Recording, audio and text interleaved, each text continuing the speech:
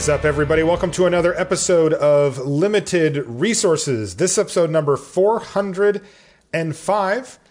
My name is Marshall. I'm one of your Limited Resources, and joining me, my partner in crime, from the good old days, actually, of LR, my original co-host, Ryan Spain. Ryan, welcome back to the show. It's great to have you sitting on the couch next to me and back on the show. Welcome back, man. How are you? Thank you. I'm great. Hi, everybody. Been a long time. Well, it actually hasn't been a long time. It was on the show just a little bit ago. But this is the first time it's just been you and me on Limited Resources since like episode 85, I think. Yeah. It's crazy to think that. And it is also funny, you know, when I meet listeners out at the Grand Prix, sometimes they'll tell me who the co-host was when they started. And, you know, when I hear somebody say, "Oh, I'm a John Laux," I'm like, "Wow, old school." You know, and I'm telling you, the Ryan Spainers.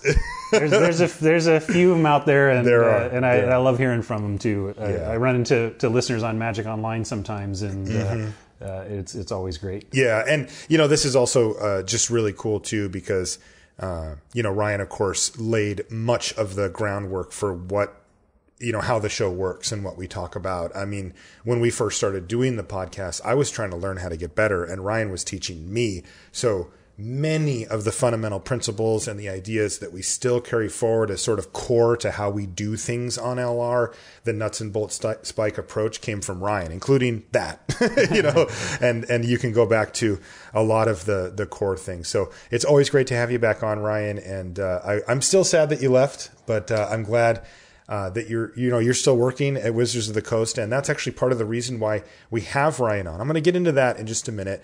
Before, I want to talk about our sponsor, channelfireball.com. This is, of course, the number one place to go on the internet for anything that you need that's Magic related. It is really kind of a one-stop shop for everything. If you want to buy stuff, right? I mean, if you want to buy sealed product or singles or some supplies, including stuff like Limited Resources, deck boxes, and sleeves. They have them there too. That's a really cool setup that we have with CFB. You're going to find it all there. They're going to get it out to you quickly. They stand by their product. They're really good people down at Channel Fireball. If you want to sell your cards, you can do that for them too. They'll buy them right back from you, and they'll even give you 30% bonus if you want to trade them in for store credit, or you can just get cash. And of course, there's the awesome free content if you're looking to get better at Magic. And I'm just going to make the assumption that you are, since you're here listening to LR. You know, consider it in between show homework. Go watch some of the videos and read some of the articles by some of the best players in the world. There's limited content there. I do draft videos. Luis does a bunch of pros. But there's also written content too. And if you're into Constructed, you're going to stay up on everything there. All for free at channelfireball.com. Also, the show, of course, is brought to you by you via the Patreon. That is the best way to support the show directly. And I want to say thank you to all the new patrons that we've got. We've had a recent influx, and that is really awesome. We appreciate each and every one of you for helping out with the show and keeping it moving in a great direction. It really does mean the world to us, and it also, you know, it makes it possible. So if the show, you know, if it's good for you, if you feel like, you know what, I like this thing, I'd like to give back a little bit. You can get some cool bonuses and perks over at Patreon, and if not, that's okay too. The show will stay free. Don't worry. We're not here to put up some subscription wall or anything like that. You're still going to get the show for free, and no big deal on either side. We're not going to do question of the week because I actually threw the fact that I was going to have Ryan on the show to our listeners via the Patreon. That's one of the cool perks that you get, is that when we have a guest on the show, or when we do our question and answer shows once every set, we'll throw the questions to our most loyal listeners, the patrons.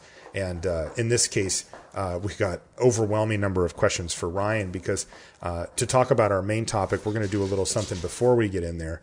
But before that, you know, our main topic is going to be, we're going to talk about Magic the Gathering Arena. Yep. There was a major stream and announcement that got to show it off and really show it to the world for the first time about what is this about? What does it look like? What does it feel like? And we all, as a community, you know, everybody's excited. I was really happy with the reaction to it. You know, I saw there was a ton of people watching the stream, over 20,000 people, and they seemed really excited about the possibilities that this thing brings. And but you know, as usual, when a new thing comes out with Magic or anything else, there's this like, oh, neat. And then you like talk to your friends a little bit and you think to yourself and you're like, wait a minute, but what about blank. Questions. Yeah. And so we figured this would be a really good opportunity to have Ryan come on in kind of an official capacity from Wizards of the Coast and his role on Magic the Gathering Arena, and maybe answer some of our questions and address some of the concerns and stuff that the community has about this new product going forward. So that's going to be our main topic. But before that, we got to do a little limited stuff. We got Ryan on the show. Yeah, I was really looking forward to at least doing some segment on the foundation of why we started this show in the first place, which is to get better at this and to talk about how to get better and to think about how to get better. And there's a perfect opportunity with I was listening to the show just recently, and you guys were talking about Cube and eventually wanting to do an episode on Cube. And I thought in the meantime, we can do a little short bit on the modern Cube on Magic Online, which is up currently, which I think is a great entry point to cubing. If you have been a little wary of it until now, this is a great place to try it. I've been drafting it. Yeah. Yeah. And I mean, the truth is that I'm pretty open for cubes. Like, I don't get super picky. Some people will be like, oh, if there's no signets, I'm not playing, or they only want to play if there's, Power 9 type cards in the cube.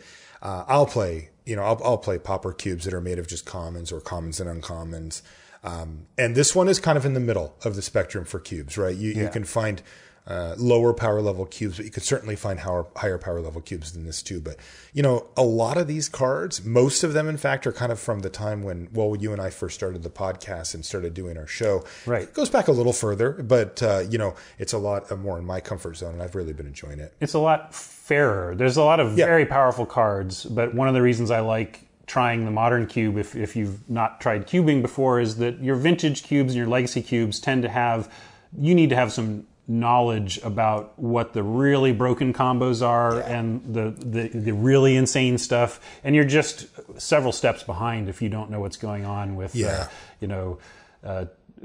Tolarian Academy. Yeah, Tolarian Academy. I was actually talking to our friend Adam, our mutual friend, who he's a draft junkie these days, but Cube still intimidates him because it's just like, I got to read every card, or, there's 14 cards in a pack. I got to read 9 or 10 of them and remember what that other one did from this format I drafted a year and a half ago. It's like, that's just a bit much, right? But I did tell him, look, the modern Cube is kind of what you see is what you get type Cube. If it's powerful and it's efficient and you can cast it, you probably want it in your deck. Where, if you walk up to a player like Adam, who's only been playing for a couple of years, and you go, here's Yawgmoth's Will. Right? He's going to look at that and just glaze over, right? I mean, he'll understand what it does to a point, but like, what application does this card have? And it's like, if you know about the Storm deck in Vintage Cube, right? And Yawgmoth's Will is a 2 and a black sorcery. You can play cards in your graveyard, basically, till the end of turn. And if they would go there, they get exiled instead. Right. There's other rules text. Yeah. Basically, it's like, play stuff from your graveyard for a turn. It's like your graveyard is headed to your hand, right? And so, there's ways, of course, that you can abuse that type of card, but they are not obvious because, you know what, on its own, you'd think to yourself, so I add 3 mana to the cost of like the best spell in my graveyard and get a spell back.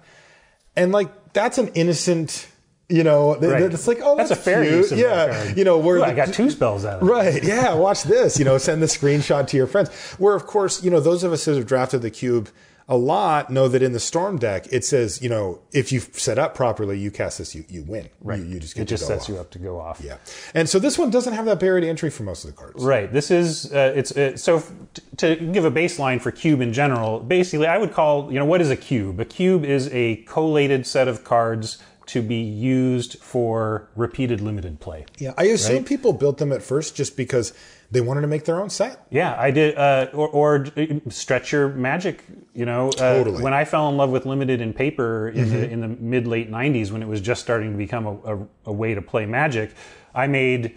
I didn't call them cubes, of course, but I took sets and I would collate a group of cards to shuffle together and use. So it was a proto cube, basically, so that I could continue to use cards from the current set in a limited capacity, which I was really falling in love with. Right. And so that's the baseline of a cube.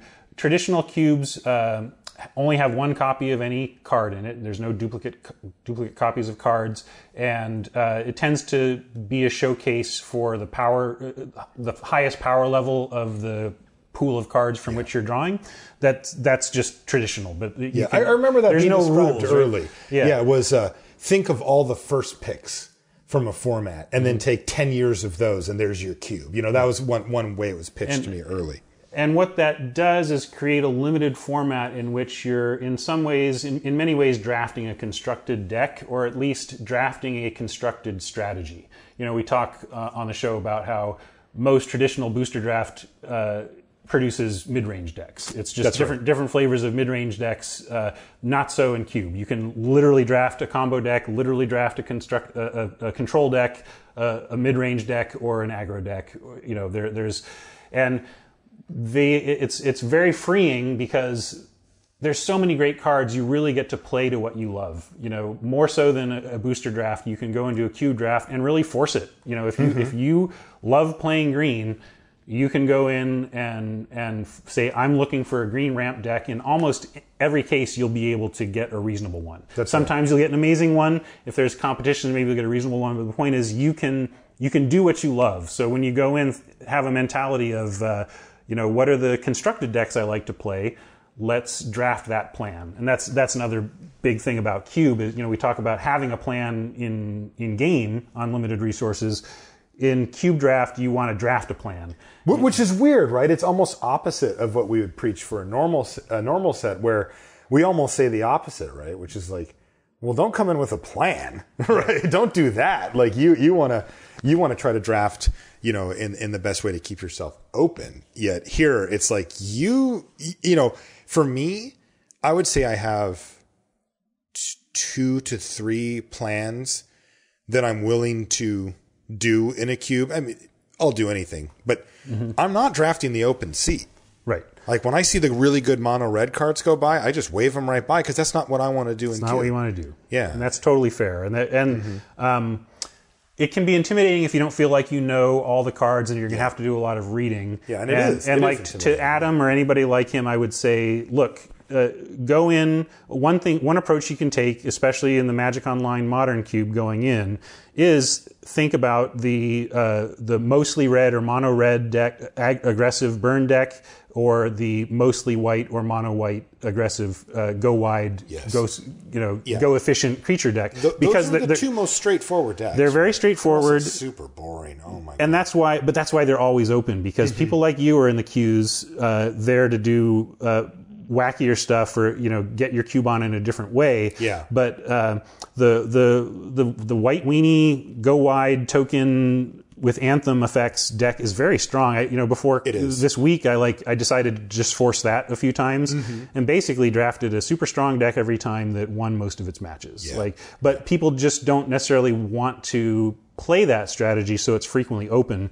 But it's a great toe dip strategy for someone like, all right, I'm going to try this out. So if you're a little reticent, you can think in terms of those base white, base red, or even just Boros aggro, and it's almost always there for you. It is, yeah. And one of the things that I would recommend doing if you did that is to look at what your opponents are doing, right? Because that's a great way for you to really see the cards in action in their environment, right? If you see opponent go turn 1 Llanowar Elves, and you're like, okay, I'll make a 2/1, Savannah Lion type card. They're like, okay, cool. And then they play Cultivate on turn 3, and they untap and play their turn 2. Or turn 2, excuse me.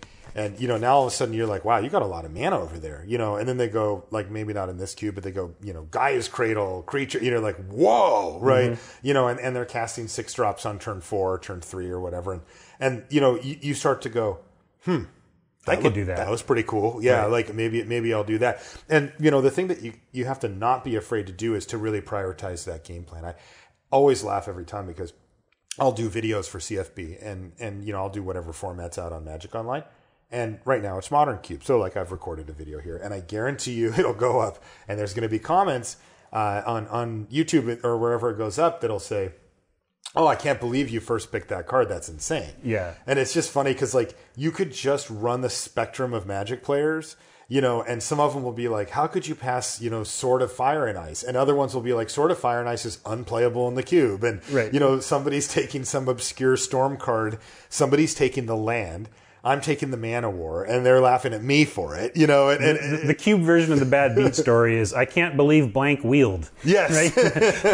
It's like, I can. Actually, I can. There is no card you can name that I couldn't, that would be shocking, because people just value things differently, because that's how flexible it is. And it's because the power level of the cards is so similar. You know, when you open a traditional booster for a booster draft and you open a bomb rare, the difference between its power level and every other card in the pack is so extreme that it jumps out at you, and that's what you're looking for. That's good drafting, is looking out for those power level gaps that are so wide that it directs you on how to make the pick. But in Cube, you're just overwhelmed with power, and that's why it's like, so don't be overwhelmed by it. Just think about what you love to do and go for it. It's there for you. Like, Cube is, as a drafter, is somewhat like a trust fall with the designer of the Cube. What does that mean? Well, a trust fall is that activity where you fall backwards into it. Yeah, team building. Like, you just trust that you're going to be caught and let go and fall back. And when you see that card that seems like a combo piece, like, you know, if you see Pestermite in the Cube, like, why is, you know, Pestermite on its own is not, which is the 2/1 ETB tap or untap target creature, permanent, and it's flash, and it's flash. You know, it's fine, but it's not hyper powerful. But it's part of an infinite combo, and you can assume, oh, Kiki Jiki's got to be in this Cube, or any, you know, other things that will allow you to have that combo. So, trust your Cube designer. If you see a card that you think is interesting, it's got to have support. People don't put cards randomly into a Cube that they've lovingly designed. And, you know, going back to the point about the power level thing, you know, that comes up a lot in the sense that in booster draft, in a regular set, we are often thinking in terms of, well, I got to make sure I make my playables. And, you know, the honest truth is that even since you and I started doing the podcast, which has been a while now, but Limited has changed enough that is so much less of a concern these days than it used to be. You get to be very picky, and the power level of the cards is even squished down a little further in that middle part, and the bombs have spiked up higher in some cases. But when it comes to Cube, every card is a playable. Like, there's a few that don't fit, you know, like if you have Yawgmoth's Will in your black aggro deck, it's probably not great. But for the most part, like, as long as you just can cast your spells, playables is not the problem. It's what do you want to do? Right. What does your deck do? What's your plan? You know, it goes back to your original point of you want to have a plan. And that's why, you know, when you see somebody who's drafted a Cube a lot and you're kind of new to it, you'll be shocked to watch them. I've had people, like, again, freak out on my video. I took, like, Llanowar Elves first. I'm like, this thing's a Mox. I'm taking it, you know? And they're just like, it's such a weak card. It's not, you know, there was a 5-drop, you know, there was Baneslayer Angel in that pack. How could you pass it? And I'm just like, sit down, kiddo. You know, yeah, like, Baneslayer Angel I love as an example of really what sets the tone for what's good in Cube, because Baneslayer Angel is a 3/white 5/5 flying first strike, lifelink, protection from dragons, protection from demons. Yeah, is that good? Or? That is a good card, right? In Cube, that's like a 14th, 15th, 13th pick. Yeah, because they're replaceable. It's a 5-mana. It's a 5-mana attacker, right? If you have a card that's 5+ mana and its strength is that when you untap with it, you get to attack with it, it's actually not an amazing card at all, and it is kind of filler. Like Baneslayer Angel's bad. Yeah, it's a low pick and a maybe include in your deck. Right. You just need some number of good white finisher 5-drops. Yeah. Because a white control deck, and that's the thing. The control deck doesn't care what its finisher is, just that it has one, right? Yes. And so it's like that's why you don't prioritize those in your Cube draft, because it doesn't matter whether it's a Baneslayer Angel or hopefully something even better. Yeah. Like, you really want to look for cards for creatures that have an enters the battlefield effect and impact it, so that if you don't untap with it, you've still gotten value. That's a huge deal, by the way. When you look at the Cube and when you think of the best creatures in the history of Magic, like, if you just rack your brain just really quickly and just think, well, what's the first thing that comes to my mind when I think of best creatures ever? Like, first one for me is Snapcaster Mage, just off the top of my head. And that has an enters the battlefield effect that you care about, you know? Right. The next Titans, right? The next one that came to my mind, and I don't know why, is Thragtusk. But again, it has an enter the battlefield effect. Now, I just thought of Tarmogoyf. It doesn't.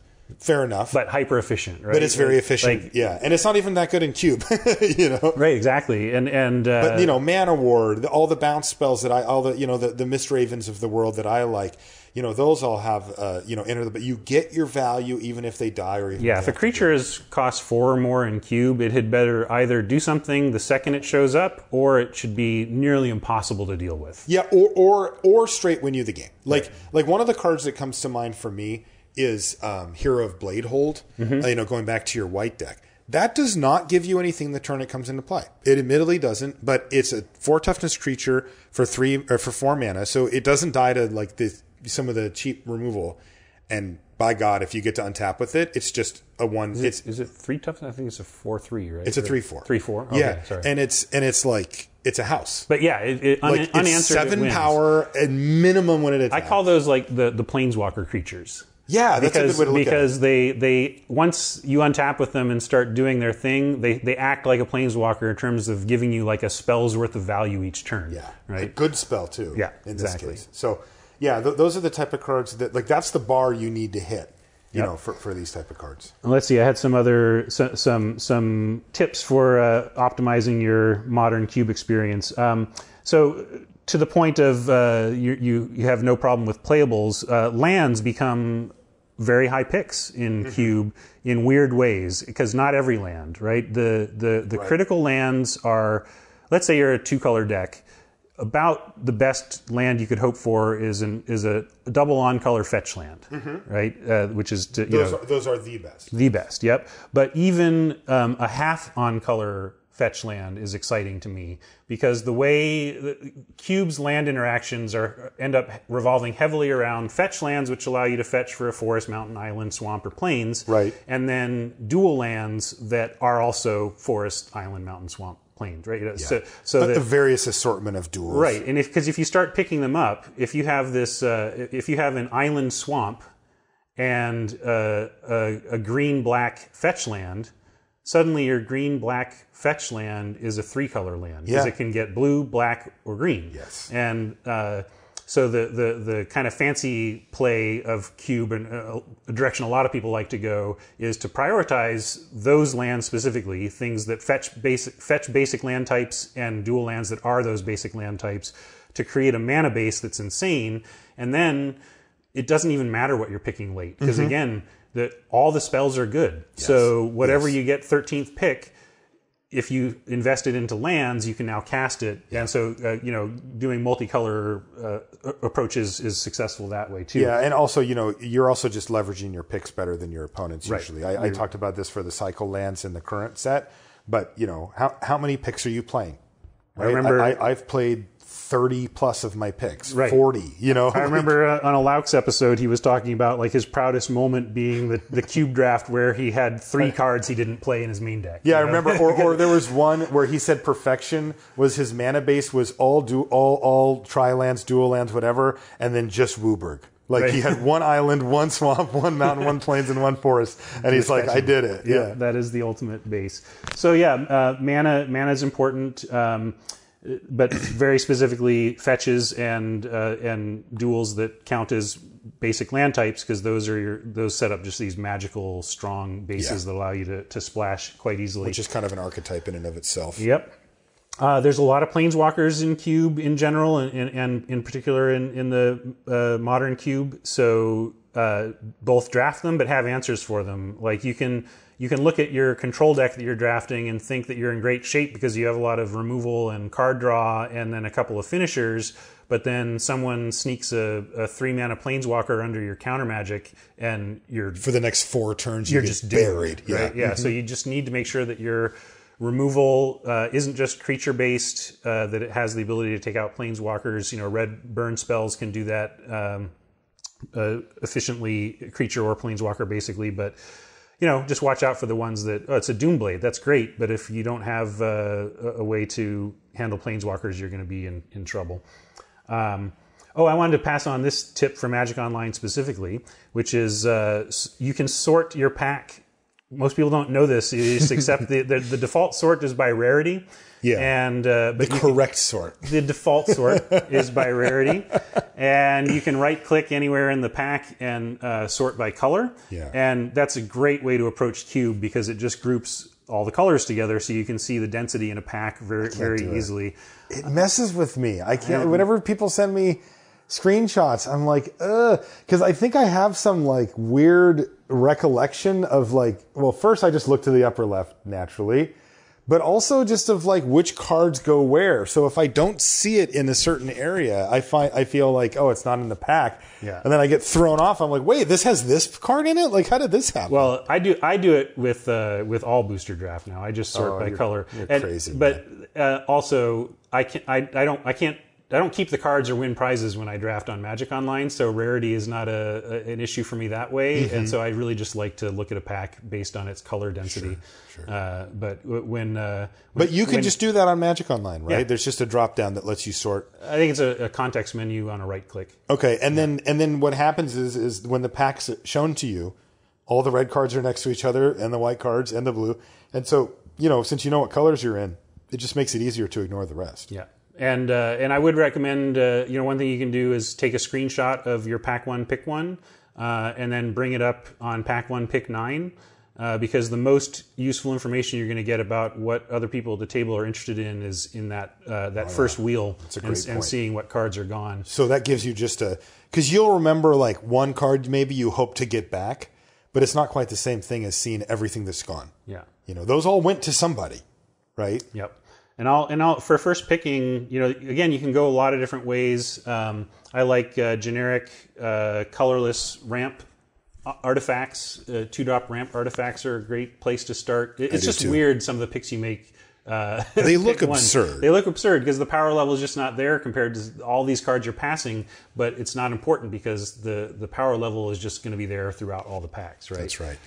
Almost no single pick in your cube draft matters, a lot more than any others, unless you're drafting a couple of archetypes that require, Storm. Right. But in a Storm's normal not in deck, the modern cube, exactly. Yeah. There's no Storm deck in the modern cube. Yeah, and again, that's why I recommend this one as a starting point, because you don't have to worry about these tricky decks that you're just doomed if you don't know about or know how to draft. Yeah. I want to say one other thing on the land front. The Amonkhet cycle lands, they are forest mountains and so on. Oh, it's right, of course. A lot of people miss, but they are a key addition to this iteration of the cube because they are fetchable with fetch lands along with the Ravnica Shock lands. Wow, yeah, that is different. But there's only 5 of them, right? There's only the allied colors. So the mana for the allied colors is just a little stronger in this cube than it is for enemy colors because of that. Okay, that's good to know. Yeah.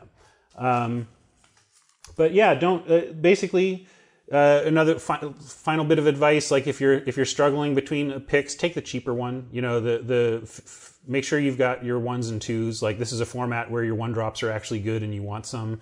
You can have enter the battlefield tap lands as quasi 1-drops, but basically make sure that whatever you're doing it starting on turn 2 at the latest, right? Yes, that is really important. But you can just go in and not be oppressed or overwhelmed by the sheer amount of choices. Have that be liberating, knowing that all of these cards are quality cards. You can approach it with the mindset of what do I love about... What do I want to do? Yeah, what do I love about Magic? Yeah. What do I love to do in a game? And it's there for you in Cube, so I love it. So, why don't we put this into action here? Sure. We're going to do a Crack-A-Pack today, but instead of doing an Hour of Devastation Crack-A-Pack, we're going to do a Modern Cube Crack-A-Pack. So, I've got a pack here that we saved that was a kind of a cool opening pack here. And I'm going to kind of cruise through it here because... it'll take a really long time to read all this stuff, but I'm going to, because I think that there will be people who don't know it's these color cards. sorted. Who gave you this pack? So we've got one white card in the pack. It's called Knight of the Meadow Grain. It's white for a 2/2 first strike lifelink. We've got Azure Mage, which is 1 and a blue for a 2/1, and you can pay 3 and a blue to draw a card. It's just got that activated ability. Essence Scatter, we know that one, counter target creature spell for 1 and a blue. Imprisoned in the Moon, which I'm still like, what is this doing here? 2 and a blue. It enchants a creature. It's an aura that enchants a creature, land, or planeswalker. The enchanted permanent becomes a land that taps for colorless mana. There's Thoughtseize, the staple in Modern and elsewhere. Black sorcery, target player reveals his or her hand. You choose a card from it. They discard it. You lose 2 life. There's New Liliana, or second to New Liliana. Liliana the Last Hope.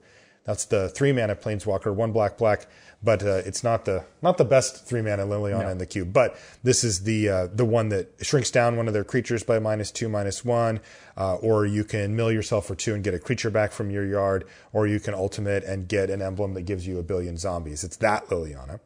There's Kukusho the Evening Star, which is 4 black dragon. It's a legendary dragon. It's a 5/5 flyer. And when it dies, each opponent loses 5 life, and you gain life equal to the life lost this way. So it's kind of a pain for them, because if you can get them low, they're like, well, hope I have Imprisoned in the Moon, because can't kill Kukusho. Blasphemous Act, which is 8 and a red, and it costs 1 less to cast for each creature on the battlefield. It does 13 damage to each creature, so a red sweeper. Release the Gremlins, which is from Kaladesh block there. It's XX and red. It's a sorcery, and it says destroy X target artifacts, and you get X 2/2 red gremlins for your work. There's Nissa Vastwood Seer. That's the transform planeswalker from Origins. So she starts out as 2 and a green for a 2/2 elf scout, and she's a legend. When she enters the battlefield, you can search up a forest. When you play your 7th land, she transforms and becomes Nissa the Awesome, that can make a 4/4, or you can look at the top card of your library and put it onto the battlefield if it's a land, or put it in your hand if it's a card. And then what does her ultimate do? I can't remember. You gain 100 life or kill somebody or something. Who ultimates Planeswalkers? Whatever. And the thing is, I can only see the front of the card, and I can't remember. But Avenger of Zendikar is our next one. And this is a really great mythic rare from back in World Wake. It's 5 green for a 5/5 elemental. And when it enters the battlefield, you get an 0/1 plant token for each land you control, and it has landfall. Whenever a land enters the battlefield under your control, you get to put a +1/+1 counter on each plant creature you control. Ashiok Nightmare Weaver. This is the gold card now. This is 1 blue-black for a planeswalker. That's right, 3-mana planeswalker. With 3 loyalty, you can +2 Ashiok to exile the top 3 cards of your opponent's library. And you can -X Ashiok to put a creature from among those that you exiled with Ashiok into play, where X is its converted mana cost. And you can -10 to exile all cards from opponent's hands and graveyard. There's Celestial Colonnade, which is a blue-white tap land. Enters the battlefield tapped, but it's also a creature land. You can pay 3 blue-white to make it a 4/4 flying vigilance creature until end of turn. Polluted Delta, that's of course the blue-black fetch land. So tap it, pay a life, and sack it to go search up an island or a swamp. And then there's Sword of Light and Shadow is our artifact here. It's 3 mana equipment. It is 2 to equip, and the creature gets protection from white and black and +2/+2. And if it connects, if it hits the player, you gain 3 life, and you can bring a creature card from your graveyard back to your hand. Woo! We did it. Yeah, it was a mouthful. Is that the show? That's it. We're done. See ya. All right. So this is, I thought it was an interesting pack. It only has, especially because it's hard to follow the advice that I suggested for someone who maybe is just trying it for the first time and just to look for aggro red or aggro white. Take a Knight of the Meadowgrain, I guess. But the thing is, you don't need to. The point of going down the white weenie path is that you wheel those cards. You don't need to first pick them. For that player, like something like the sword is interesting. Swords are still pretty powerful. But they're not nearly as powerful as they are in the draft formats where they came from, and that's because the cube environment just has a lot of repeat tap abilities. There's planeswalkers that tap stuff down. There's creatures that tap stuff down. We have Icy Manipulator in this cube, which is the classic artifact that taps things down. All the best removal also. Just you're like equipped, they're like kill your creature. Right. So it can be hard to connect with something that's equipped with a sword. That being said, it is nice and open, and it supports a weenie token strategy. The swords are nice where you're creating decks that pump out 1/1s or 0/1s, and you can equip them up and attack. Yeah, and the truth is that any creature-based strategy will be fine as sword. You know, if you're running 12 or more creatures, you can just have a sword and it'll probably be fine. But in general, I don't like to first pick the swords. I think I don't either. I ignore them. Yeah, they're for people not going for the aggro or go wide strategy, the swords are just not real cards because the creatures are so good. You don't need to augment them with a sword. Like the creatures you're playing should be able to win games on their own, right? And they shouldn't need augmentation. So that's why it's not usually as not as powerful as it might be in the cards that stood out to me for the way I like to draft were Thoughtseize. You talked about mana efficiency and all else take the cheaper card. Yep. So that definitely works for that. It's also just good against everything. Like there's good against everything. Like red is the only color where you're just like, ugh. And even then, you're usually taking something like you take Koth or something, and you're still like, okay, I'll pay the 2 life for that. Or you have that beautiful hand. It's like I've got a good opener. I've got my turn 2 play, and then my next play is turn 4, but it's okay because I've got this great turn 2, and then they Thoughtseize it away, and you're just like, it just collapses. I'm just doomed. The other card that jumped out to me was Ashiok Nightmare Weaver. Yes. I like 3 mana Planeswalkers. I like Planeswalkers in general, and Ashiok's ability to plus an exile of 3 cards and be at 5 loyalty that early in the game is very powerful, especially when we're dealing with 40-card decks where you absolutely can just chew through your opponent's whole library if you can protect Ashiok. Yes, that is classically when I was talking about a Planeswalker slipping under counter magic, like, it's game. It's just so, if you don't have pressure ready for Ashiok, you're going to get milled out of the game. Yeah. The funny part is that Ashiok is black and blue. And that's, if you're in those colors, Ashiok is devastating. Right. Like your opponent plays it, you're like, what a traitor. Like, can't ever beat it. What would you take here? I actually like, the Ashiok is a great pick. Thoughtseize also is in there. I would take Ashiok for what it's worth. Yeah. I'm looking at, Avenger of Zendikar on a personal preference. Again, go big. I have always been a ramp player at heart. Like my favorite constructed decks have been rampy in nature, and when I cube, I disproportionately draft ramp and green ramp because it's the best ramping color. Yeah, and because I love it. And Avenger is not like the most first pickable card in the pack because I think Ashiok is correct on that front. But for how I love to draft, it's my favorite payoff card for ramp decks because at 7. You can get there. Like sometimes if you draft the Eldrazi Titans or whatever, like a lot still has to go right for you to get that spell. 7 is very attainable. But 7 is so doable in Cube. And like in those decks, 7 mana is kind of like your 5-drop in a normal limited format. You never draft a 5 and say, well, gosh, I hope I get there. It's like, well, no, unless something goes horrendous, you're going to cast a 5-drop in a game. Right. So I like that. The Laux pick is probably the Polluted Delta. Yeah, right? I think so too. And that's on my list too, to be honest. Yeah. I just think Ashiok's so powerful that I'm willing to take it over most of these other cards. And what I also like to notice in packs like this is what's light. Like, so there's one white card that I expect will wheel, and there is 0 support for red aggro here. The 2 red cards are very controlling. Yeah. So, again, if you can cut colors in the first pack in Cube in particular, that second pack is just going to be you can have a complete deck by the end of your second pack. And so I would keep in mind that people downstream are not going to be in red or white, and that if you move into those based on seeing openness later, you'll be handsomely rewarded. All right. So why don't we get into our main topic here, Ryan, because that was fun. We got to kind of go back in time a little there and do our normal LR stuff. But now you've moved on. You're no longer an LR co-host. You are now a senior designer at Wizards of the Coast, working on digital products since day one. Yep. When you got hired there. And you've been there for over 6 years. 6 years now, right? Over 6. Yep. Dang, that's insane. You've been podcasting for like over 7 now. Right? Or longer than that, right? 2009. So yeah, over 7. I'll buy that. Yeah. Well, yeah. This week, probably just 8th anniversary just came up, right? Yeah. September, fall. Yeah, like, cause I remember the early episode was Zendikar. Probably so. Looking at Zendikar cards. So yeah, it was. Yeah, that was the precursor to what became the set review shows and have exploded. Now everybody does a set review. Anyway, but you're a senior designer, working on, and you've been working on MTG Arena. Is that what you work on at Wizards? Yes, I am. I was in R&D through my first 4+ years, and then switched to the MTG Arena team. Almost 2 years ago now, and we've been hard at work on bringing a new digital Magic experience to the world, and we got to announce it on Thursday. Yeah, can you give us a quick idea of, because I think that a lot of the questions are going to benefit, like the answer that you give are going to be benefited by the context of where we're at now. Because I'll tell you what, I watched that event and I'm like, this looks sweet. Can I play it?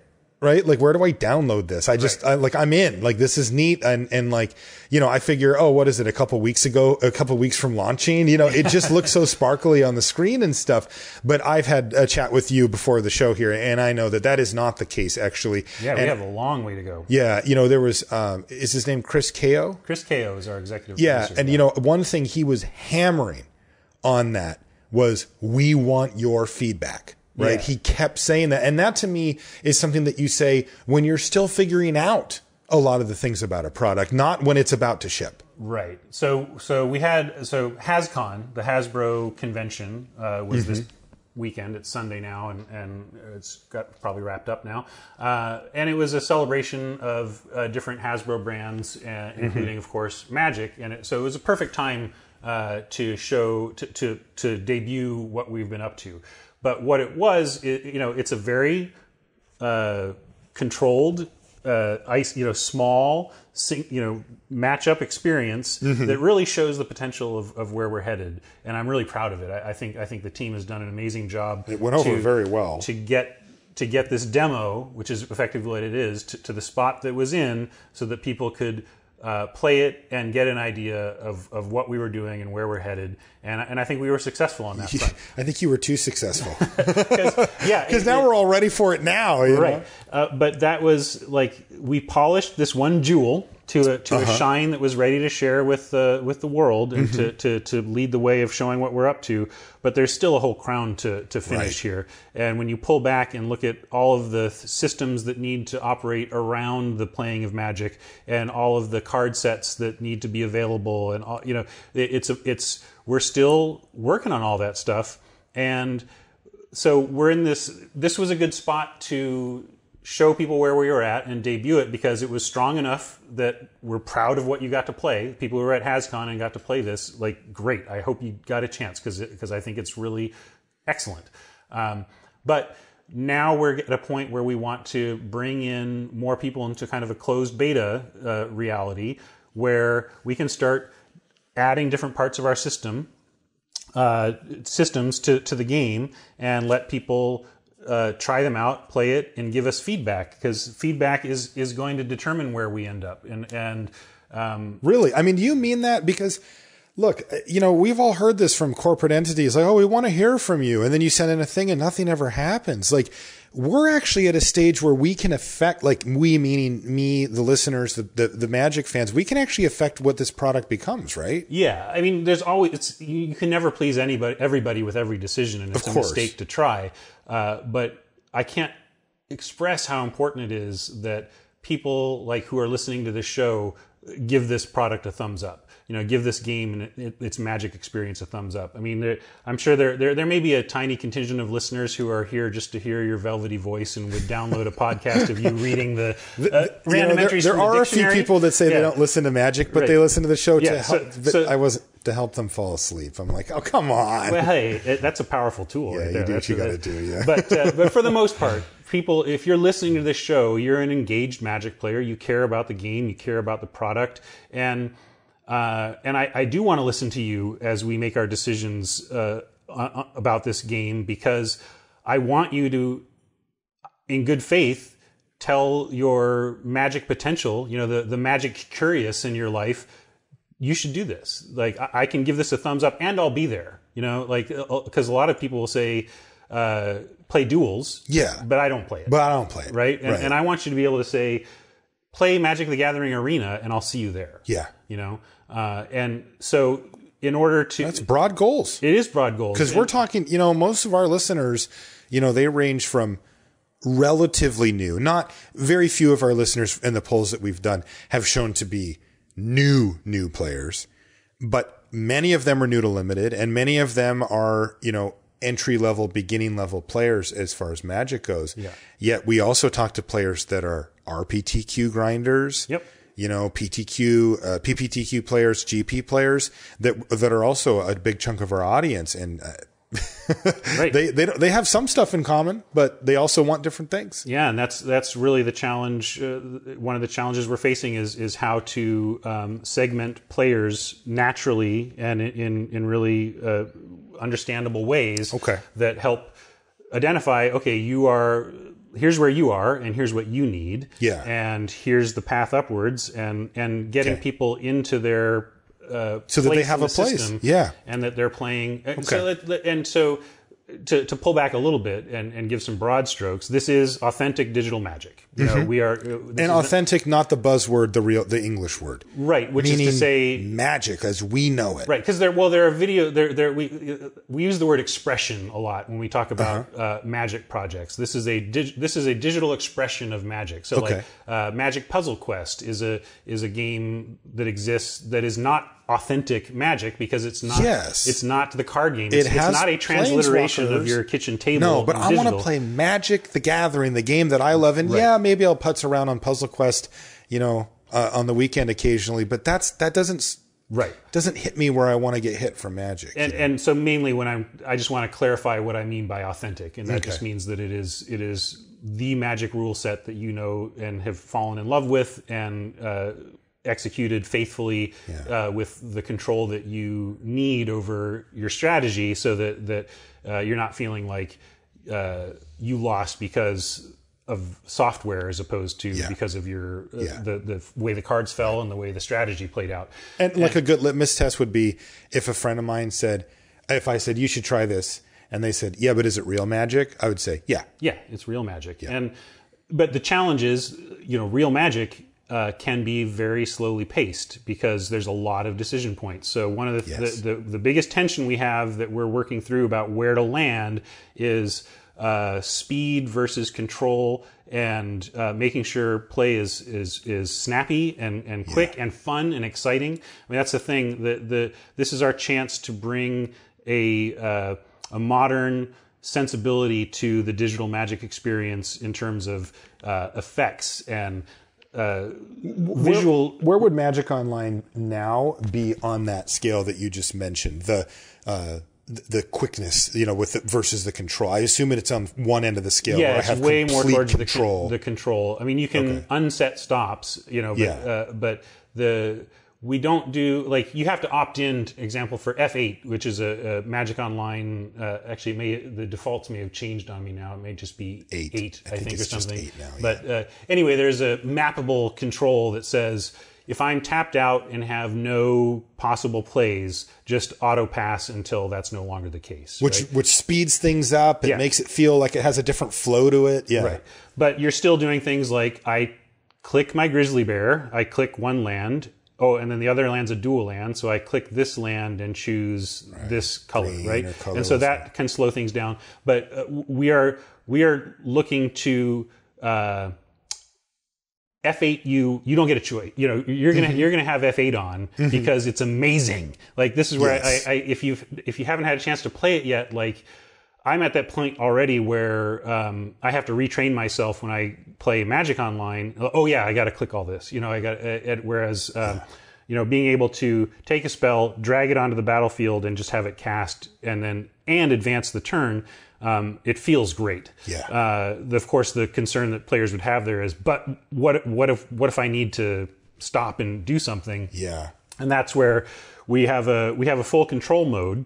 So if you press control and it goes into, basically, imagine Magic Online with all your stops set and control held down so you can respond to your own spells, right? I see. So you can, when you need to, slow it down and take exactly those incremental, careful steps that you want to take. But when it's land go or land tap, make a 2-drop go, it just goes. Yes. And so right now we're playing around in space like, I play a land on turn 1 and I don't have a play. On Magic Online, even with F8, I'm still going to have to manually pass my turn there because I could technically tap that land for mana. Right. We're exploring like, no, we're going to speed you through that too. So basically, there's, but what about bluffing? And it's like, well, there's different ways to bluff. First of all, like now you can, if you do have a play, you can quickly pass your priority so that it appears like it's being auto-passed. There's ways to play with that.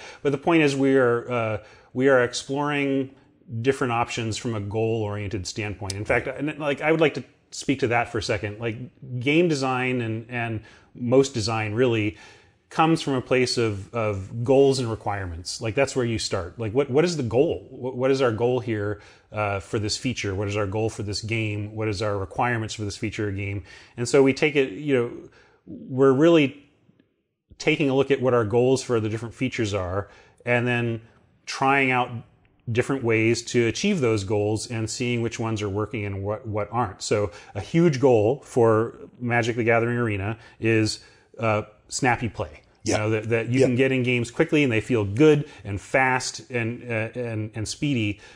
So for now, like we're taking the pedal to the metal. We're saying, how fast can we go? Like let's sacrifice some control. Seeing what that looks like. To see what are the real world implications versus the theoretical. Right. And then once we've got the pedal to the metal, figure out, okay, where is this messing with people in ways that we need to pull back on? I see. And take that kind of approach. Okay. And so by the way, this speaks to the feedback, doesn't it? Right. That speaks to the feedback, and it speaks to what I'm talking about in terms of us having a product that we are proud enough of and is in a good enough place to share, to say, here's what we're up to, but with a lot of tuning to do and a lot of building to do to fully build out the game and the systems. So what I want to do right now is we've got questions. We've covered some stuff here, but I want to kind of frame it, right? So where we're at then is early.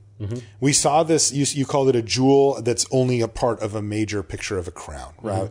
And so this is an opportunity for us to learn some of the directions that you're going, but we have to understand as listeners that it's not set in stone yet, right? There isn't some big, info sheet that says, well, this is exactly how this is going to work, and this is the date that this is going to happen. And if that were true, it would certainly be incompatible with the philosophy of getting feedback and right. You can't have both. So this is why I actually, I'm kind of excited to hear Chris on the broadcast and you sitting here saying we want feedback, because I know that if you also just said, well, we've already figured out how everything's going to work, I would in the back of my head go, well, then why are you asking me for feedback, right? Like, are you just trying to brace yourself that we won't like it, But now I feel like we can actually do it.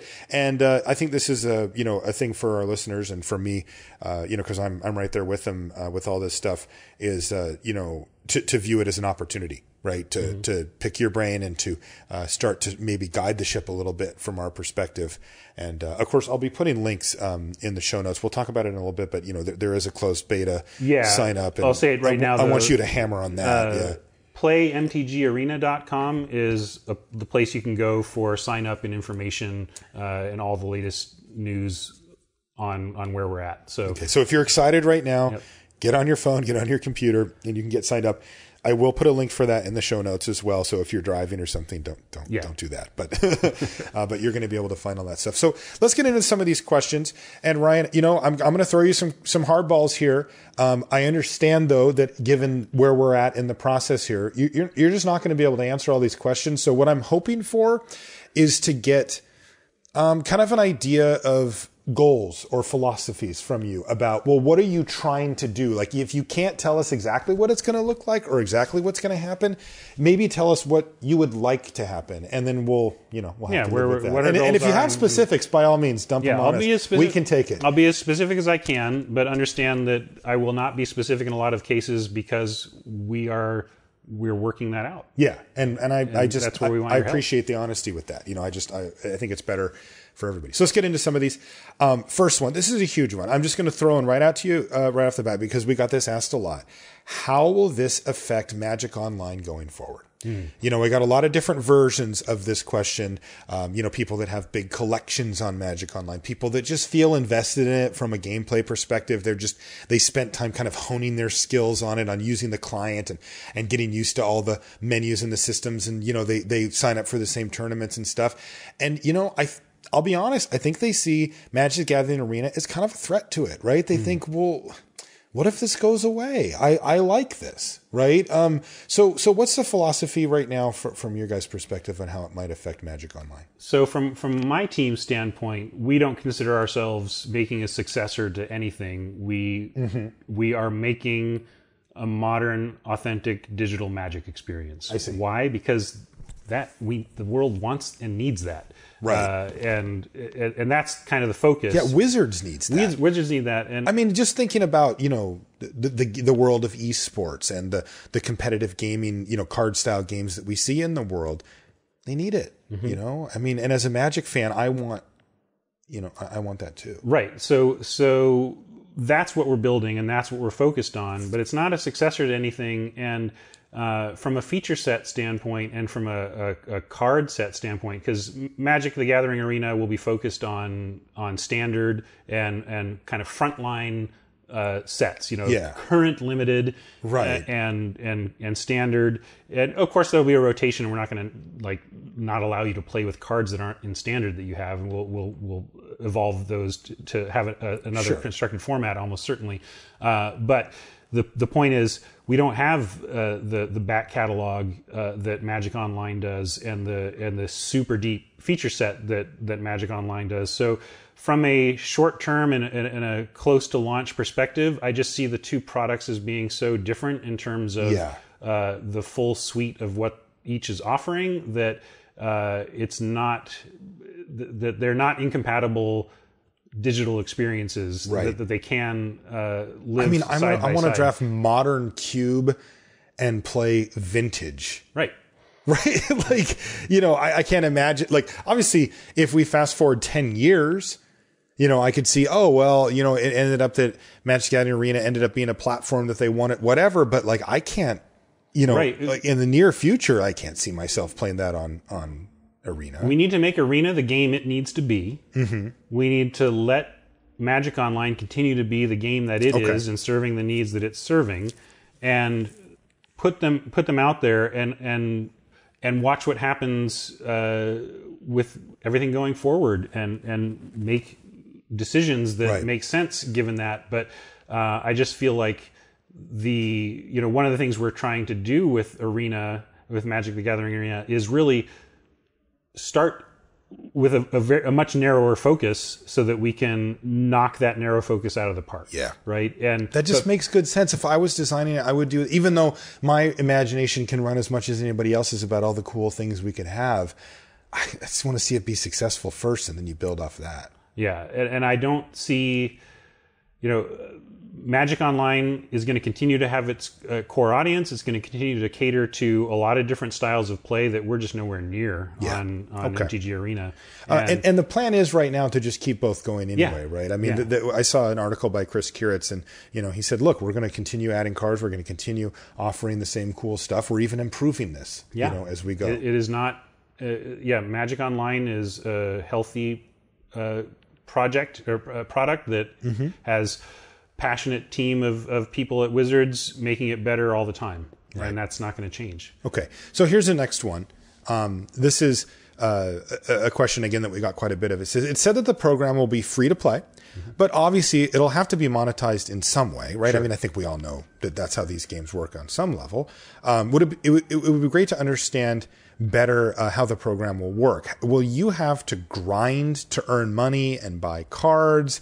Or else, pay for them if you want them quicker, like some of the other digital offerings that we have. I hate the word grind, even though it's kind of become gamer/industry standard talk. It turns me off, I'll tell you that. But it's because it implies that you don't like to do this, right? And I look at something like Magic Online, where there is a casual, open room, casual Magic room where people play against each other with no prizes, no advancement, no matchmaking, just because Magic is a great game. So are they grinding? I bristle a little bit at the idea of grinding, but assuming you love to play Magic, playing Magic on MTG Arena will produce rewards in the form of in-game currencies and cards that allow you to build up your collection and work towards the cost to enter a draft and other limited, other experiences like that.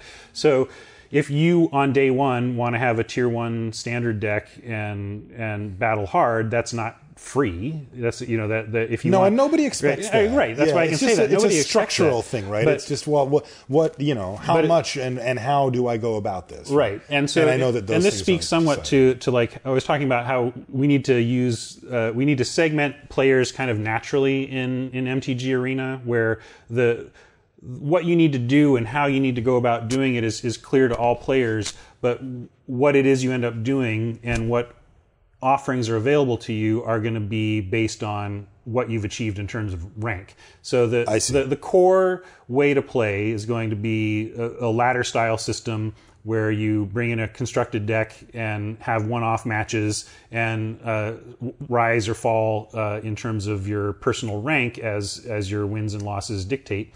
And that helps us, match people with people at their skill level. Because when matchmaking is not good and mismatches are happening, nobody's really happy. At most, one person is happy. Yeah, right? and even then, and even then, they're not. You really get good happy. at a game and you play against somebody who just doesn't know what they're doing. It's not that fun to beat up on them. It's just and not. so again, thinking in terms of goal orientation, our goal is that you're matched appropriately whenever you enter that experience. And there's different ways we're looking at to optimize that. I can't even imagine the knobs and levers you have when that thing gets going. Matchmaking is a fascinating puzzle that I've been working on and love to tinker with. So that's, again, a place we're going to be testing and exploring and making sure that those are accomplishing our goals. But the goal is to give you a motivation to come back and play every day, or not necessarily every day. You can build up like 3 quests, but if you're regularly completing all your quests, that is going to give you a steady income of game currency that you can use to do what you want to do. Okay. And so for some people, that's going to be, I'm going to spend this gold on some booster packs and add to my collection so that I can work on my deck that I want. But for our listeners, it may be more like I'm playing in the constructed ranked system, so I can play limited. So that I can get enough gold to have a free run in the draft. Okay, cool. Yeah. That's great. Big question as well that we've seen, and I can't remember if this got answered or not, or if you can answer it, but platforms, right? Will there be a version for Mac OS, iOS, and Android?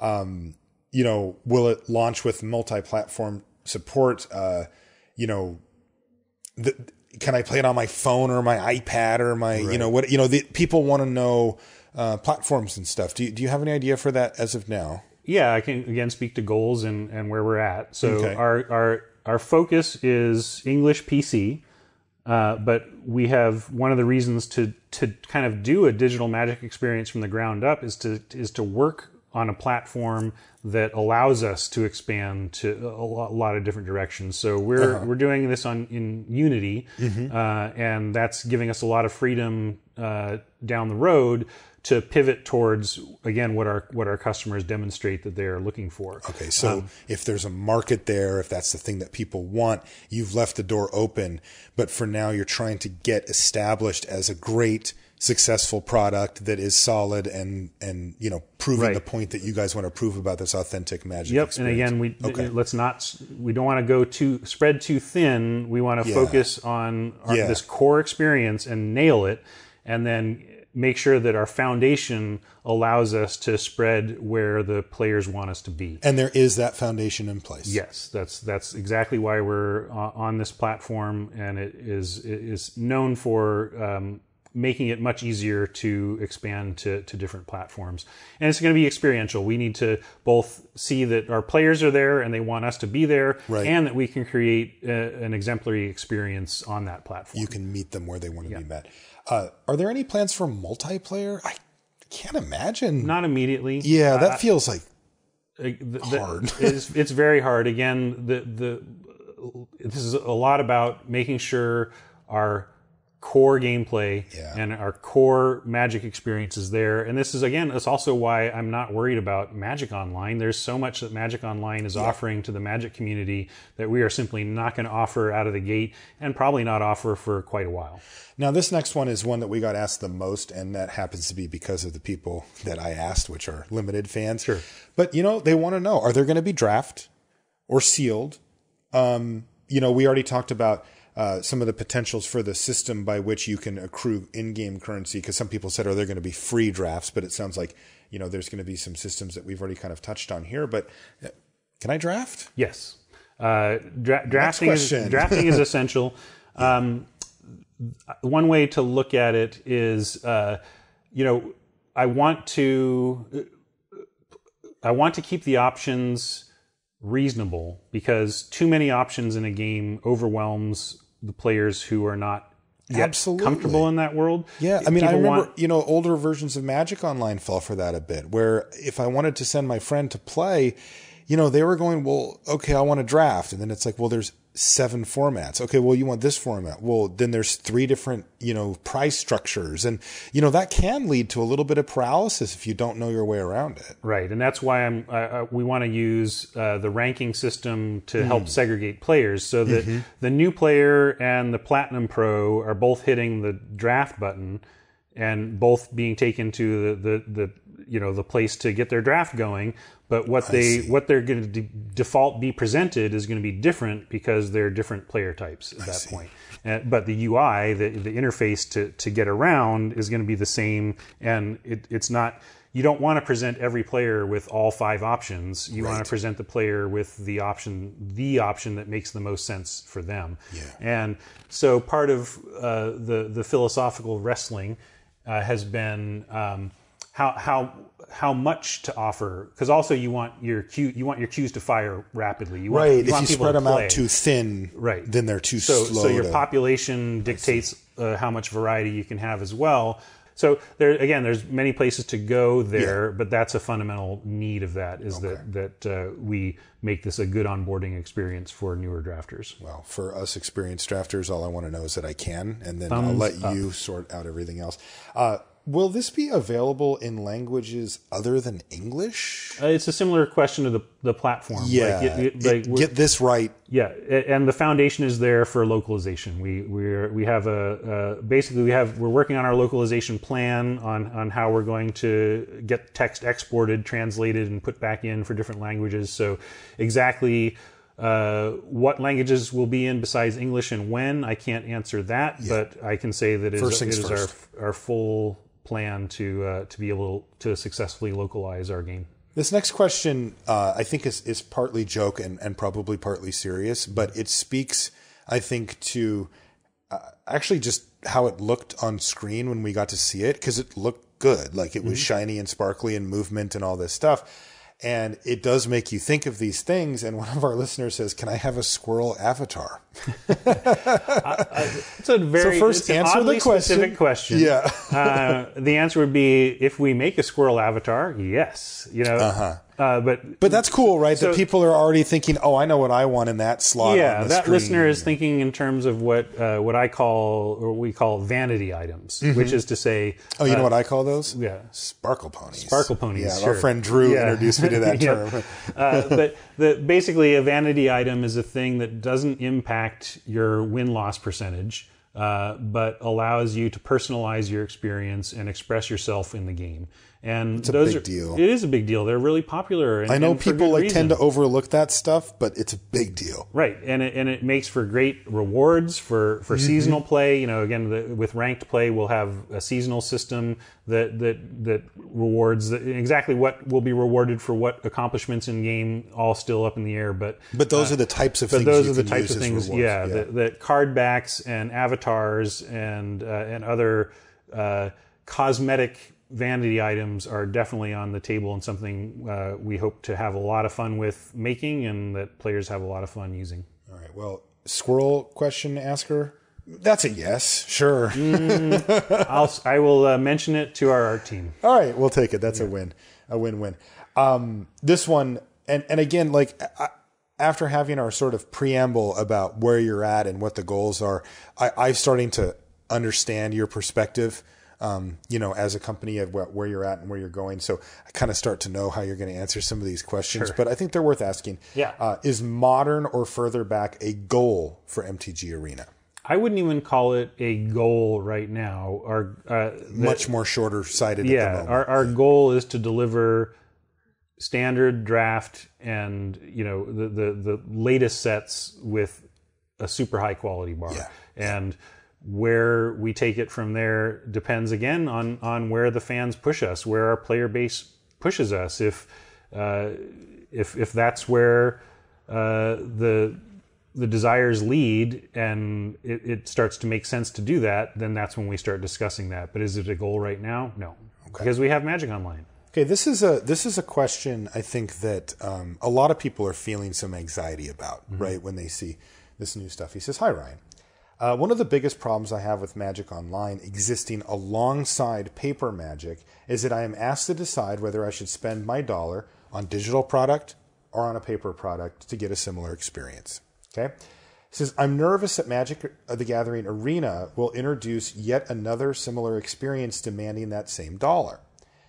So if there are no plans to eventually get rid of Magic Online, is the Magic Gathering Arena experience different enough for players deeply invested in Magic Online to make them want to spend money on it?" And I know that's a tough question, right? Yeah. But this is the world that many of your customers, of digital Magic and paper Magic live in, where, we have to look at it and say, I've got a budget. Where should I spend it? I want to spend it on Magic, right? Like, this is my hobby. This is the thing I think about and the thing I love. Where should it go? Should we feel nervous about this? I wouldn't feel nervous. I would feel psyched that you had more options. Like if Magic the Gathering Arena becomes exactly the way you want to play, great. It's another option. It's another option for you. Yeah. If it's not meeting your needs because you are a dedicated modern player, or it's very important for you to at least have the ability to play some Commander, then you're going to want to continue to support Magic Online. Okay. But one nice thing about it is that because there is a free-to-play access that you can engage with Magic the Gathering Arena and not spend, you can toy around in MTG Arena for as long as you want, while still applying your budget to where you have been. And then maybe if you decide, okay, you're like, okay, I want to make this shift. So, like, if no, that's a great point. I mean, you only have so much time and money. Because that's not true of Magic Online. Like, and it's kind of not true of paper Magic. Like, playing for free is not really a thing. You do need to make decisions. But here it sounds like you can, even do a little more than dip your toe in the pool there. You can kind of have a swim. Yeah, and then decide if you'd like to stay. From a constructed standpoint, you can absolutely play to gradually improve your constructed deck, and we'll give everybody solid decks to start with after the tutorial experience. We want to make sure that, because a lot of newer players especially just don't like deck building, right? You just want to play. Just give me a deck and let me play. Yeah. And so having that experience of for the free-to-play player of, I started with this deck, I played some today, I opened a booster pack and it had a cool card in it. I'm going to put that in my deck and evolve that way, and make sure that you're being matched up with other people doing that, so that you're not like, and then I faced Ramming Up Red or whatever, and it wasn't fun. It wasn't fun. Yeah. So again, it comes back to matchmaking and making sure that right. Yeah, I'm starting to get an idea that that's important. Yeah. Not something that me as a consumer would think about. Right. I just want it to work. You just want. I want the button there, and I want it to be sweet. Yeah. This next question says, "Hey Ryan, I watched the Arena reveal on Twitch, and I'm excited about this new project. Great. What are some of the challenges you have faced while working on the project that you can talk about?" Oh, challenges. I mean, I can't even imagine undertaking something of this scope. I would just say, let me just speak to what I think is the number one, underappreciated challenge of digital Magic, which is that Magic fundamentally was not a game designed to be delivered on the digital medium. Most of the games that have been released more recently are designed specifically to be digital games, which is a much different thing from a game design perspective. When you're a pure digital strategy game in this kind of card game space, you get to adjust your rule set to optimize for digital and to optimize for tablet and to be on a phone. I know some of the games say, well, you can't have more than this many cards in hand. Right. And the reasoning is it doesn't fit on the screen. Or I think it's like permanents and creatures are the big thing. That sorry, you're out. Yeah, you just cap the number of creatures you can have, or a big thing in mobile gaming and online gaming and strategy gaming right now is just the idea of asynchronous play. The idea that I take my turn and you don't mess with me, and I finish my turn and I pass it and I go eat lunch while you take your turn. Yeah. And Magic does not get to do that, nor do we want to. No, that takes away a lot of the intricacy of it. Yeah. So there's a lot of fundamental, the fundamental appeal of Magic, the thing that turned us all into Magic players and has kept us loving this game for as long as a lot of us have, are details that are very difficult to manage digitally. Yeah. But the trade-off is that we have an amazing content pipeline in terms of we produce lots of great sets all the time. Best game in the world. Yeah, and it has this history that matters, and this history that makes people feel like this is a solid place to be because it's this game that I've known and loved for so long. And so the benefits of working on Magic as a digital property are immense because it comes with such a great community and such a great history. But that very history is also the biggest challenge about developing it digitally because we don't get to decide, you know what, we're going to solve that by changing the rules. We don't. We just don't get to solve that by changing the rules. Not on a. It's interesting how digital is starting to, we're more of a partnership with R&D now, making sure that that we are thinking digitally about our sets and everything. But just fundamentally, the fundamental nature of the game contains a lot of rules that people would just never do if they were starting a purely digital experience in a similar space. Same question, or same asker of questions here. What kind of things are you personally looking forward to seeing in the game? So we talked about your challenges. What are the things that you're excited about? I am excited about... Are you excited about it? Oh, I am. I'm honestly excited about it. Like, I was really happy that we got to share something with the world. That must have been such a thrill. That was worthy. That I think...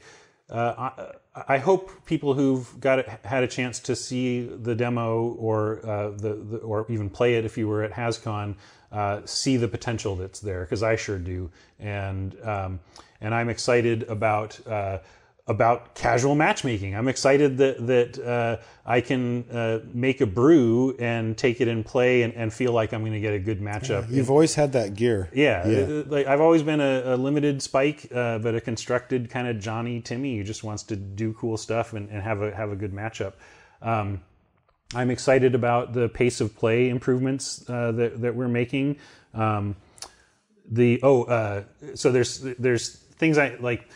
Here's a cool thing. So I talked about how if you drag a spell out, it just automatically casts it for you. Yeah. Well, what if you have a bunch of lands and you're not sure? You want to make sure that it's doing the right ones. Well, if you start to drag a spell, it will highlight the lands it's going to tap to pay for it before you cast it. Okay. So and you can see, you can realize, oh, that's going to leave me. I really need it to leave the forest. So then you can back up and just do a manual That's tap. Awesome. So it's like a free roll, because if it is correct, you're like, sweet, drag it and off it goes. Yeah, and it doesn't work if it's a modal spell or it has multiple costs or something. Yeah. But the point stands. The point stands. Yeah. So there's little things we're doing that when you realize they're happening make it possible to have that speedy, snappy Magic experience. That's cool. Next question.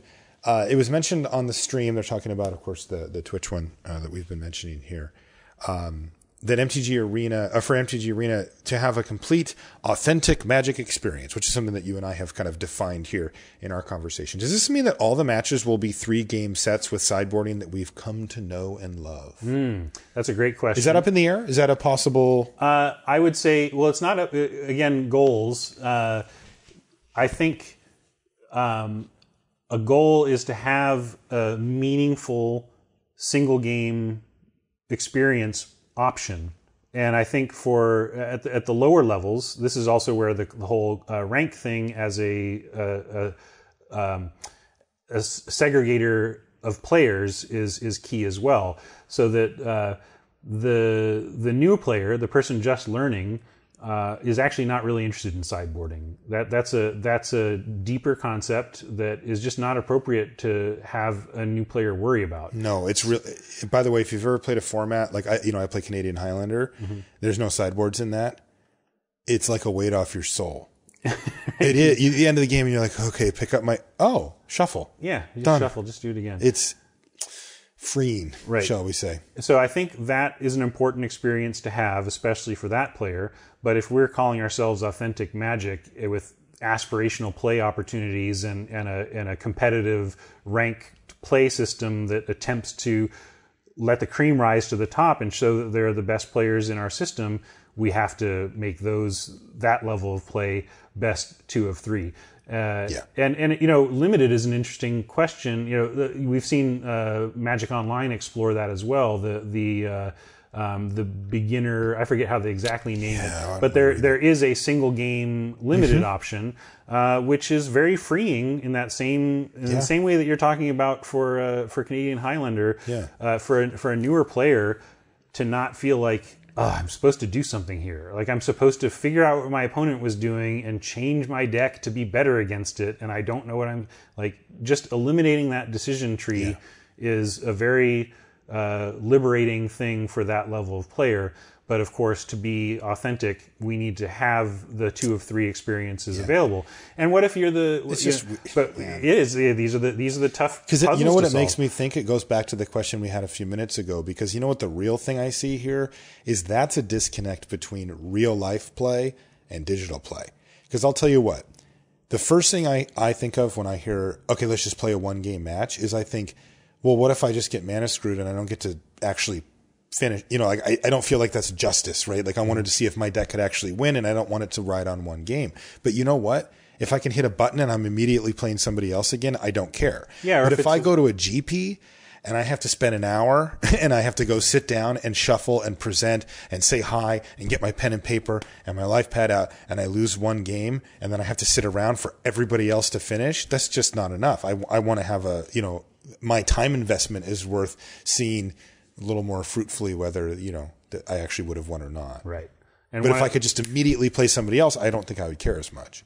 Yep. That's part of it. I think that knowing that you can turn right. Like also when you think like, oh, I don't want to lose a whole match because of on 1 game, a 1-game match because of variance. But if the structure is 12, 15, or play until you win n times or lose n times, and then you're done, and then your reward is based on the number of wins. Well, you have some fouls to give, right? Those losses, it was a 1-game match and I mulliganed to 5 and was done. That's okay. That was just one of your losses in your loss column. You have some fouls to give there, and as long as you still have losses to give, you can potentially win out from there and get the top prize, right? Absolutely. So that's one way to think about that single game variance. We're also looking at ways we might change mulligan rules for a single game match. Sure. That given that the part of the point of 2 of 3 is to account for some of that variance, if we make some understood, transparent rules around mulliganing in a single game situation that help that, then we eliminate that as a problem as well. Like I said, the key thing I keep thinking is, because you keep throwing out just like, oh, there's options, right? There's always choices. I just keep thinking of this wall of just like knobs with the little needle thing above it and like levers and some big wheels that you're turning for us outside of the building, we don't get to see the chocolate being made. And I don't think of things in this way. It's just, these are the rules and this is what the card does. What do you mean? Like it could have been a 2/3. It's a 2/2. It says right on it. Like it's very funny to hear you say, well, look, there's options, right? Like we could look into all these different things and, see what we could, and I'm just like, but what? I don't even want to hear it. What I know is just tell me what I do. We need meaningful single game matches for the newer players and for the time constrained expert. Like if I want you as a aspirational pro player to know that there's like, if you only have time for one game, that there's something meaningful you can do. But we also must have best 2 of 3 play with sideboarding to be taken seriously as legitimate competitive Magic. So the question and the challenge from a design standpoint is, how do we make that transition, and how do we present those options in ways that allow players to experience what they're going to need to have the best time possible. One of the questions that come up quite a bit was, will this game be designed to support the esports scene? And, you know, some of the questions that they had as a follow-up were like, you know, could there be an observer mode where you can watch your friends play, maybe some replays, or, you know, you could see your opponent's hand, or, you know, just like going down that road. You know, how much are you guys considering the viewer aspect of this thing?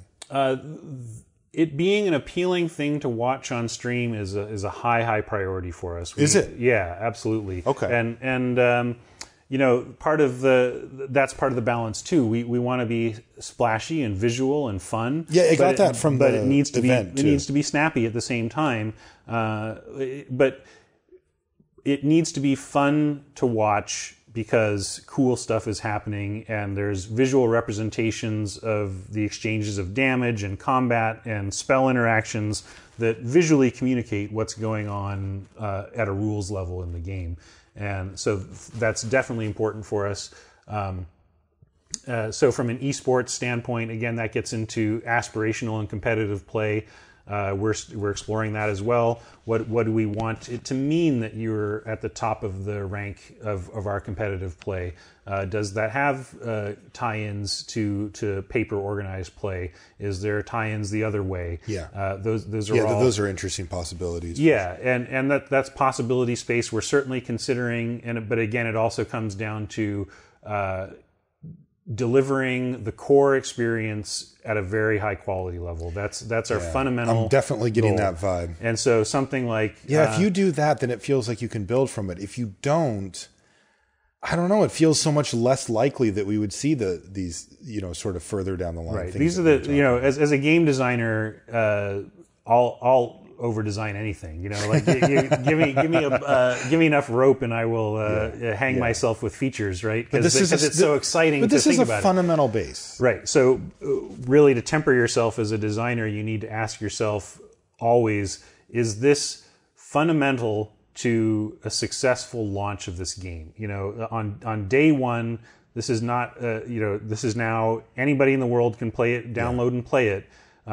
Is that feature you're talking about make or break for that day one experience being fantastic? Right. And if the answer is no, it's probably not going to make day one. That doesn't mean it doesn't get there eventually. Somewhere. Right. It's all about prioritizing. But I mean, you know how this goes. I mean, you know, from our perspective as listeners, we have to remember, you know, Wizards of the Coast is a business. If they put out a product like this and people love it, right, and they go, you guys have something here. This is fun. This looks cool. These are non-Magic players, right? Casual gamers, hardcore gamers, people that used to play. I mean, we all remember what a great influx we experienced partially as a result of Duels of the Planeswalkers coming back. Mm-hmm. You know, if you guys come out with just insane, you know, base level game, we know how it works, right? This is a corporation. They'll say, hey, this is doing great. We're getting a lot of eyeballs, income, things are going great. That's where it gets built from, right? Like as a consumer myself, I have to remember, you're not going to deliver the thing that I perfectly want on day one, but if you guys crush it, it's great for me because I'm much more likely to get these things that I, you know, to be able to draft cube on it one day. And we want continued positive, you know, word of mouth for your game. It's so important that our enfranchised players again, give this a seal of approval and tell their Magic curious friends, this is the place to enter. Mm-hmm. And then, we're all looking to you. And when we're, you know, we're looking to you, man. Like you give us that thing and we're going to go out there and knock on people's door, right? And then when that happens, the thing I want you to be saying, you know, 3 months after launch is, and they keep making it better. Mm-hmm. I got this feature. They added this feature this week. Absolutely. You know, like so. It's as a game as a service. You don't just ship and done. And you just leave. You make sure you have for day one the experience you need to have to be as successful as you can be, but then build on that again with continued interaction with the community. The community is going to dictate, and I see it in the industry all the time. There are games that I play where I have gone to the forums and banged on the virtual table and said, this part of your game stinks and you should change it. And then it changes because it's a popular game, and clearly I'm not the only one making that point. Yeah. And the developers will listen, and we want to be that type of team as well that are listening to you. We've been talking about this core experience when we deliver. One of the questions that popped up a bit too was, will there be a compelling solitaire style experience, or they called it a PvE, which I think is player versus environment. Yeah. Yes. Is that part of the core, or is that, like, you mentioned a tutorial, but I think of those as just like an onboarding process for the interface rather than like I think it's important to be able to kind of goldfish a deck and and to have a kind of training grounds type experience. But we are definitely oriented towards getting people into what we call PvP play, player versus player. That's definitely the focus.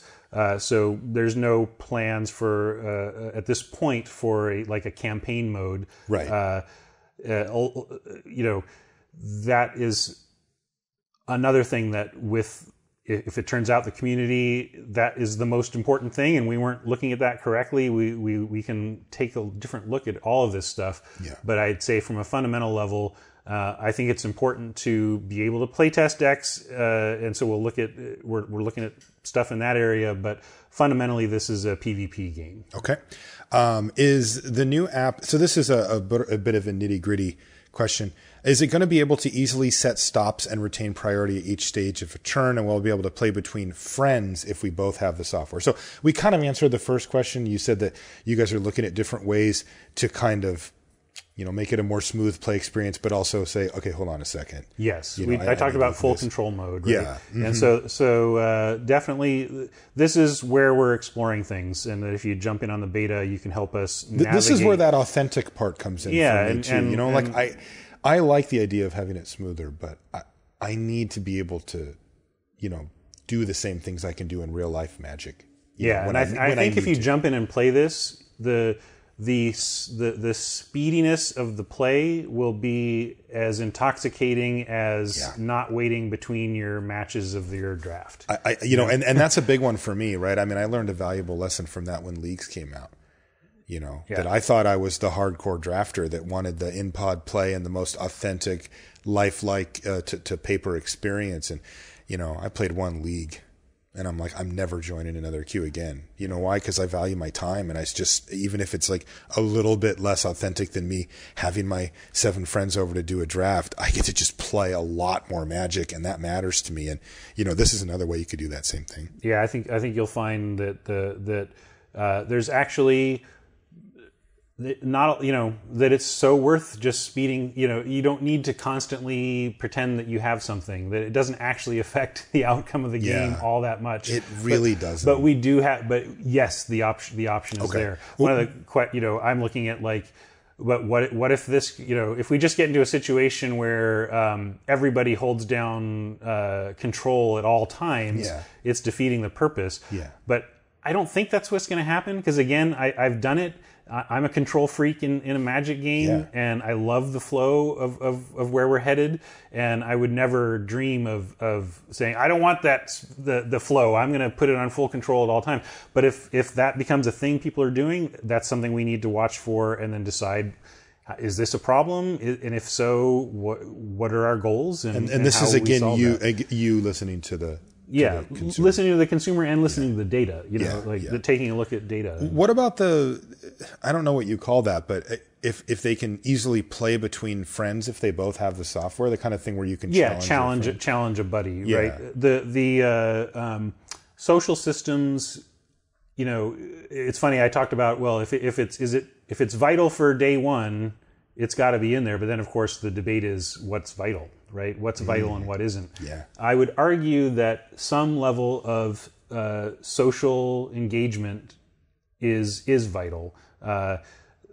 that means that, yes, you need to be able to have buddies and engage with them. You know, I talked about being able to say to your friend, try it, I'll be there. Well, we need to deliver on the I'll be there part. If you can't engage with the new Magic player friend of yours that you got to try this game out, then we haven't served your needs. Right. So I think there is some baseline level of human social interaction that is part of all successful modern PvP style games, and so we need to ask ourselves what that is going to be for us, and how deep it needs to go to meet those day one needs for that type of interaction. That's one of those rabbit holes, right? Yeah, you can go. All of a sudden, it's a social network, you know, where you're like, I notified all my friends that I achievement. You know, it's like, oh wow. Or you can just have it be like, you challenge, fight. You know? Yeah, and I think that as at a baseline, I need to be able to play you in a game of Magic that we're both having. That seems to be the bit. Yeah, you know. I would recommend keeping it at that, because it's just like, I can't even, you know, my brain goes wild thinking, okay, messaging. Oh, I could do leave you a message, and, you know, it's like, oh, forget it. So this next question, we've actually covered a little bit of, they wanted to know, what's your favorite part of Arena? What are you most proud of? We kind of talked about some of that, but this is the part I kind of liked. What is the thing that you think will surprise us most about Magic the Gathering Arena? Something I can't tell you about. Oh, I like that. Oh, now I'm really excited. Okay. So how about this? When it comes out, you come back and you go, that was it. All right, and you'll tell us how cool it was. I don't even know if there is one. There's a lot going on that I'm excited about. But, you know, the surprising, there actually is something that I think. I mean, the thing that I'm zoning in, I'm going to Kanye here. I'll let you finish.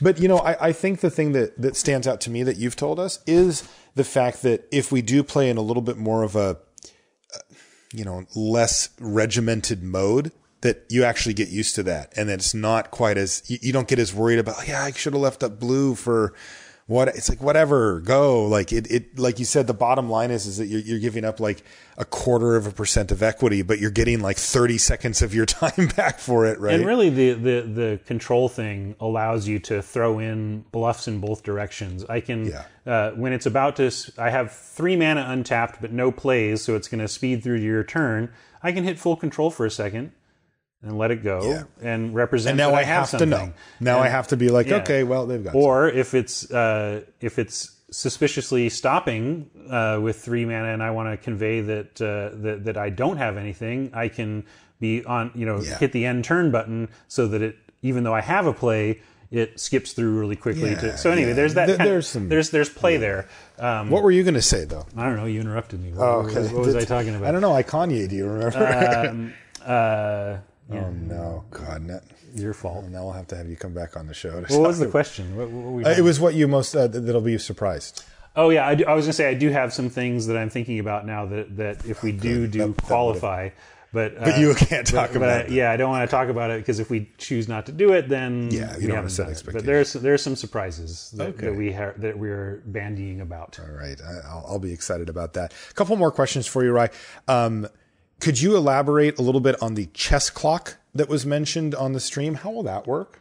That's something that's definitely being tinkered with. Yeah, Chris mentioned a situation where you'll be given a normal amount of time kind of per turn, and assuming that you act in a pretty prompt fashion, you'll kind of build up a little bit of a bank for the time when you need a little bit more. Right. That's basically the idea of it. The exact execution is in flux. Fundamentally, that sounds good to me. Right. I mean, basically so like if you look at like the Magic Online clock, which is just a straight up clock, just you have 25 minutes, I have 25 minutes.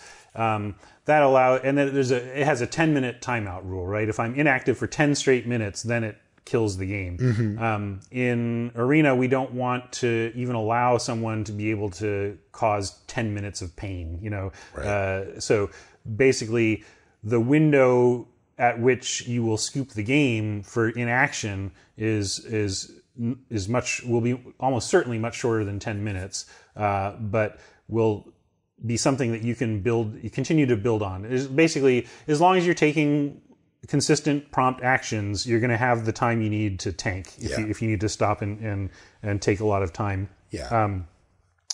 It's a very tough balance, and I see lots of games struggle with how to enforce player clock in a way that can't be loopholed into some annoying thing or another. Like where there are players who will abuse whatever clock system is available to intentionally slow play early to try and get their opponent to scoop. Yeah. Right. Like to act like you've just left and they're just like, screw it, I'm out of here. Right. And those are the axes that we're trying to close off and not make. But it's a big challenge. And again, but that could come down to matchmaking too. You know, one thing I've thought about is, well, what if we're tracking people that are taking consistently, literally 1 minute every first turn, let's pair them against each other.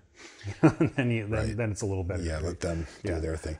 All right, last question here. Will there be extra integration with Twitch or other streaming services in the future? That's a big question. It is a big question. I mean, our primary goal is to be an appealing game to stream and to watch somebody stream. In terms of integration features, again, got to figure out what's important for day one and got to figure out what's important for day two and beyond to those player types and make sure that we're prioritizing those types of features accordingly. But I think when we think in terms of streaming, it starts with making sure it's a fun, entertaining audio-visual experience. Okay. First, I want to say thanks for your time, Ryan, and your honesty and your willingness to come on and take some hardball questions for us. Also, I wanted to give you a chance here. Do you have any parting words? We've talked a lot about big picture here, where you're at with the project, what your goals are in the immediate sense, and what some of the possibilities could be for the future. What do you have to say to our listeners about this stuff?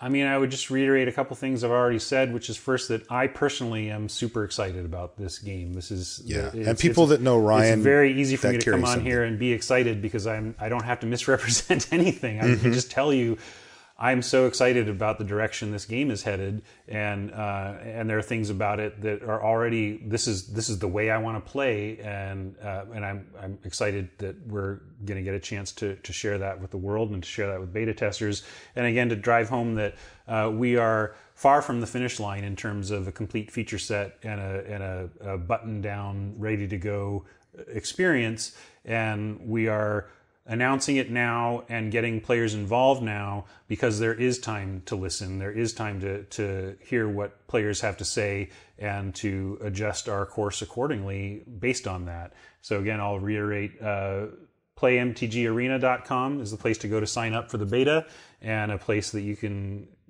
get ongoing information about where we're at. But this is a game that we want to make with our most passionate fans, so that those fans can, in good faith, recommend it to the gamers in their lives who might have been waiting for this type of digital magic experience. When it comes to giving you feedback, so you want people to sign up for the closed beta so that they can actually get their hands on the thing for where it's at now and give it to you. What if they have feedback now? Just based on here's what would make me happy, or here are some of the things that concern me. Can they tell you? Is there a link on that site? I don't want to. I mean, if you have a 140 character comment and you want to @Ryan Spain, that's perfect. Me on Twitter, I'm happy to. Well, that's better anyway, because maybe they could zero in on the thing that's really important to them. Because we got some questions about some little stuff and some stuff that might change and some of the visuals, and I totally understand those as legitimate, either concerns or excitements or whatever. But putting myself in your shoes, I'm just looking at I want to crush this. I want to get this thing right, right now. So maybe if there's, if you have something. Well, I would say, I'm going to be much more interested in the feedback from people who are in the beta actually playing the game. And there's a system by which they'll be given there's beta forums and many and surveys and many ways to submit feedback from those in the beta playing the game.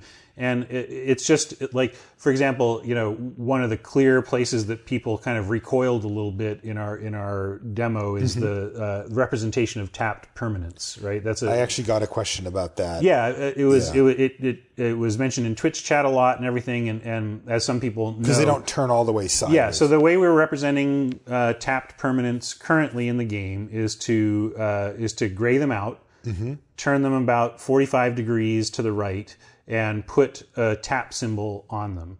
And that really rubbed a lot of people the wrong way. And let me tell you, the 11 other ways we tried it were worse.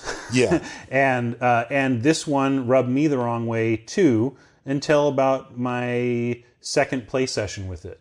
And then it really clicked. And here's the tricky part about that particular narrow area of concern.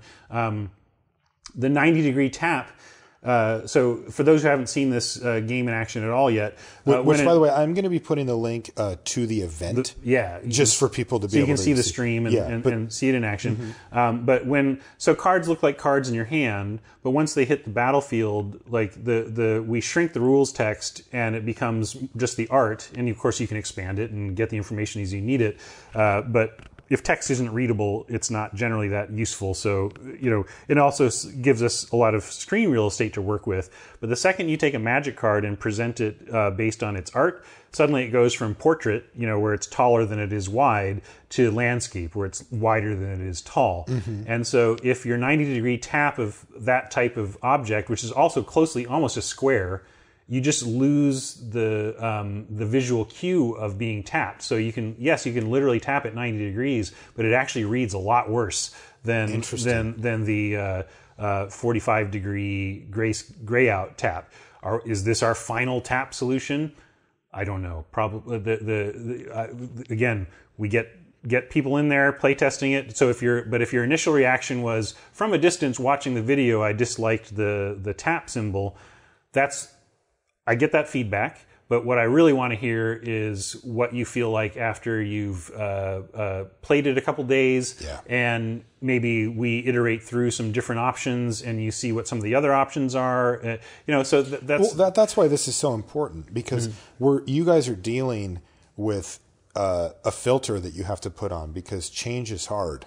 And I remember when we went from old Magic Online to the current version of Magic Online, and people freaked out. And I'm like, I get it that it's different, but this just looks way better. And I'll tell you what, if you go look at the old version of Magic Online now, it's like you wouldn't want to go back. It doesn't look as good as the new one. And little things like, I remember you and I had a chat once about, how when you play on Magic Online now, when you play your card, it goes in the middle of the screen because that's where it should go. On old Magic Online, it just kind of inexplicably went over to the left, but you got used to it. And, I remember the first few times I played with the new client, and, I would play the card and I'd look, it feels weird. Why is it in the middle? It's supposed to be on the left because I was used to it. And, you do that for a few games, and then you just don't think about it anymore. And then if you see it on the left, you're like, what is going on with that? It feels off. It feels like the screen's going to tilt over. So, you guys with your feedback, and of course, I'm going to ask our listeners to be good feedback givers and make sure that they're filtering for that and letting these things happen, and then saying, that's still not sitting right with me, right? I saw that too, and I thought, the tap doesn't, because it always annoys me in real life when people go tap and it's like the little 12-degree tap. Yeah, but, those are the type of things that sometimes they do. Sometimes you're like, Ryan, I've never been able to get used to the tap. It just still bothers me. Or it's the kind of thing where I saw it at first and I was like, what is that about? And now I just don't even think about it. Right? And there's a big difference between those two, because you need to be open to these things. But, if it's not working for you, that's when you submit feedback. Yep. Okay. Yep. Thanks again, Ray. Sure. I really appreciate you coming back on the show. It's been great. Yeah. We'll have you back on, of course, again. But it was fun to do our, just me and you. So. Buddies again. Yeah.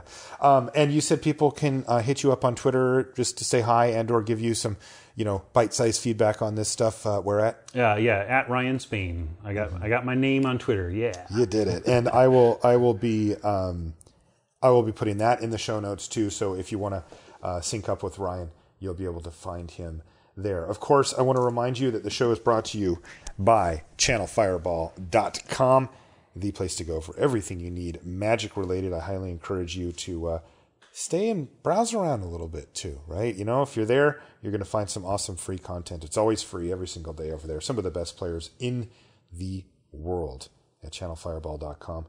Thank you so much to them for being our sponsor. If you want to find me on social media, I'm Marshall_LR, and you can find everything related to the podcast, including links to everything that we do at lrcast.com. And I want to remind you, if you haven't looked yet, I did start a YouTube channel. It's called MTG Breakdown. I've been doing primarily vlogs up until this point because I've been traveling so much. I've actually traveled or done a Magic tournament in 7 of the last 8 weekends.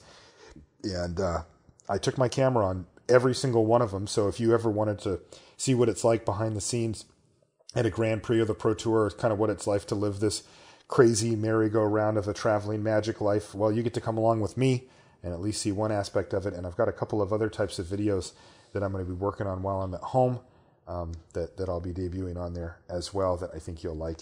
And again, I've got a link for that over at lrcast.com and on the show notes for this podcast. Thank you once again for listening, and we will see you next week. All right. So I guess I have a sign-off to do or what, something. Are you going to sing a song? Are you going to do a game show? I've got. There's a lot of, this is not a pressure I had on me during my run. No. Sign-offs are what something John Laux brought to the show, and frankly, I think are part of the reason that both John and Brian burned out is that trying to come up with a sign-off every week is high pressure. I love how you and Luis have handled it, by the way. I think you found good spots where if he has something great, he can do a unique thing, but you got a nice bag of tricks so that it's not I don't like the idea of him stressing out about it. Sign-offs are supposed to be fun. Yes, and so for a fun sign-off today, I thought I would tell the story of how I learned how to play Magic, because I was taught by none other than Marshall Sutcliffe. Yep.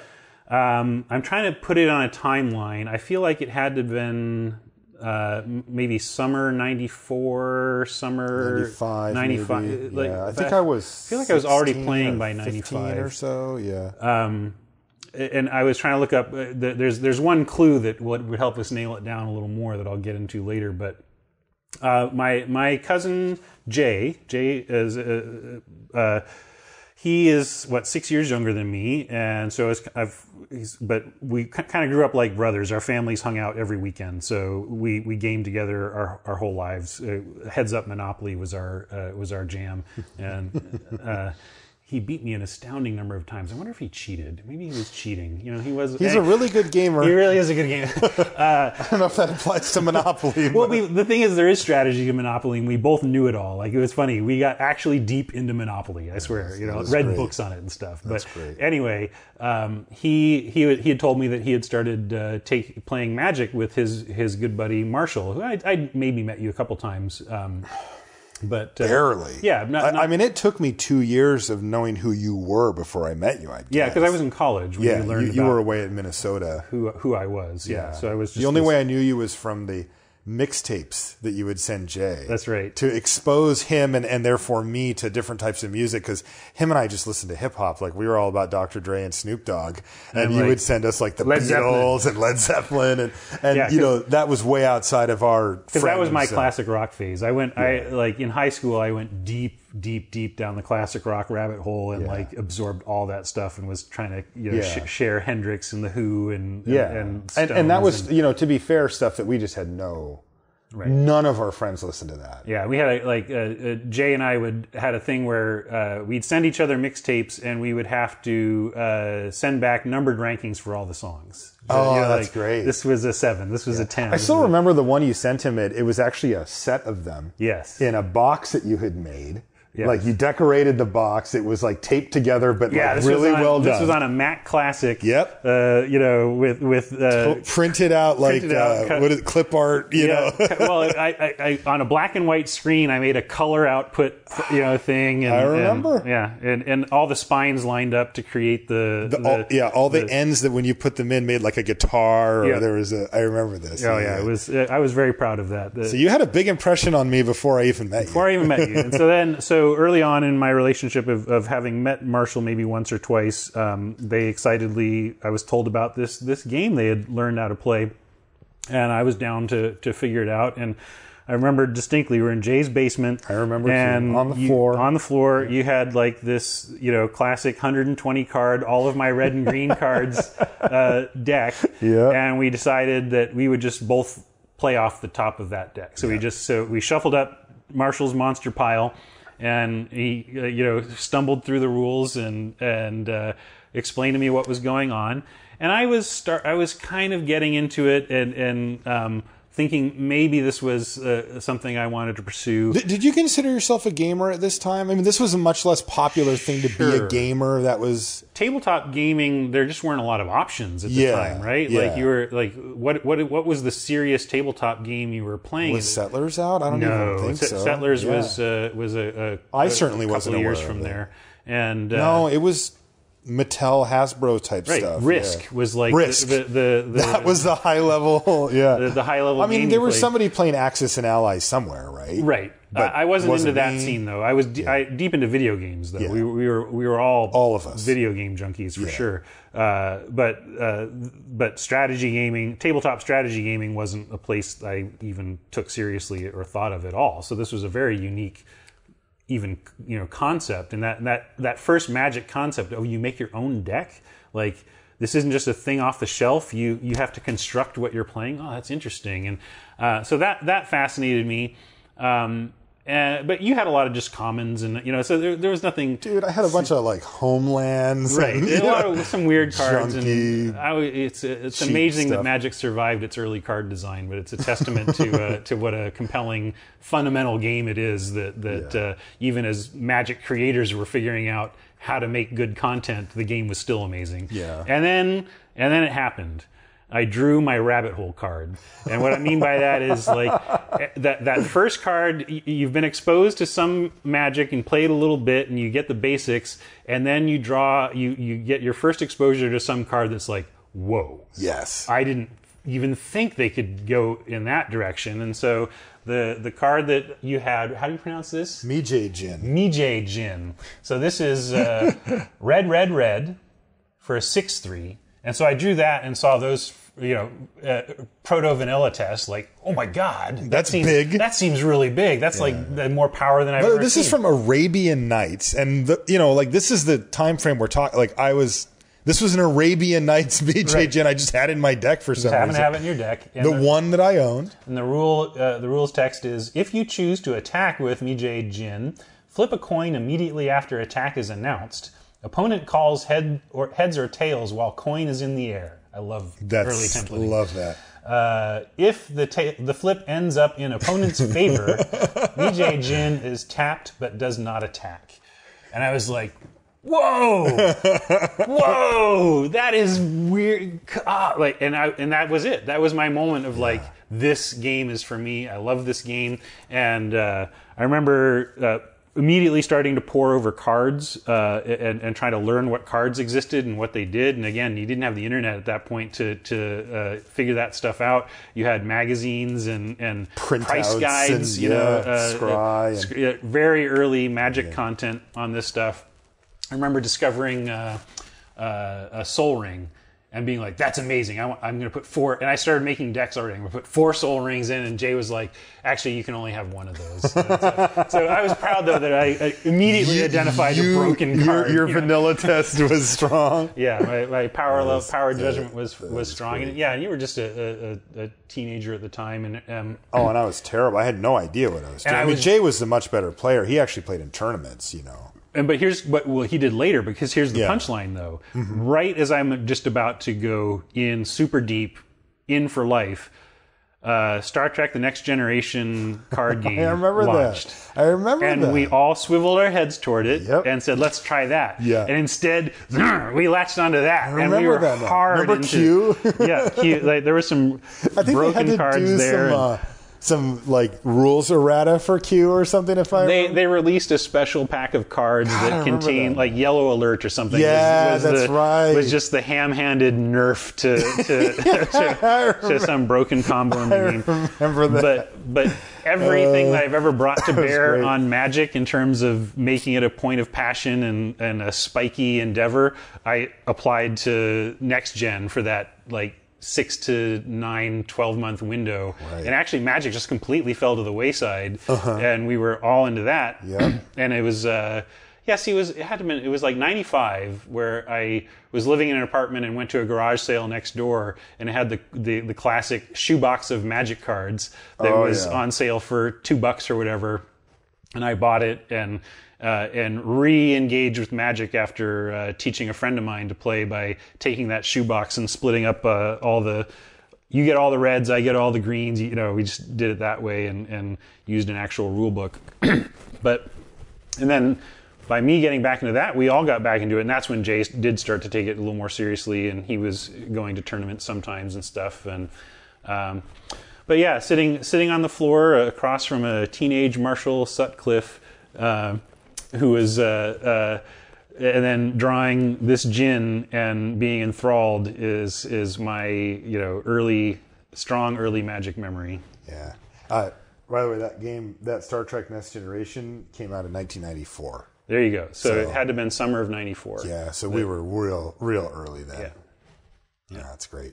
You still have it, right? I do. The punchline is that Marshall, for a while, had a little cottage industry he was doing at the early days of the podcast where he'd make a life counter out of any Magic card you wanted. You supply him with the Magic card, and he'd turn it into a spinner dial I designed life the counter. thing, yeah. And I realized, because this gin is not a good card. It doesn't really do much good to send in a binder. Right. It's not really highly sought after or anything. And so I had Marshall turn that actual gin. He went to his collection and found the one. I mean, how many of these do you have? You had exactly one. I had one. Right? Yeah, I knew where it was. And so you turned it into a life counter for me, and I still have that. So I get to look at my rabbit hole moment when I'm adjusting my life total downwards. We've come a long way. Yes.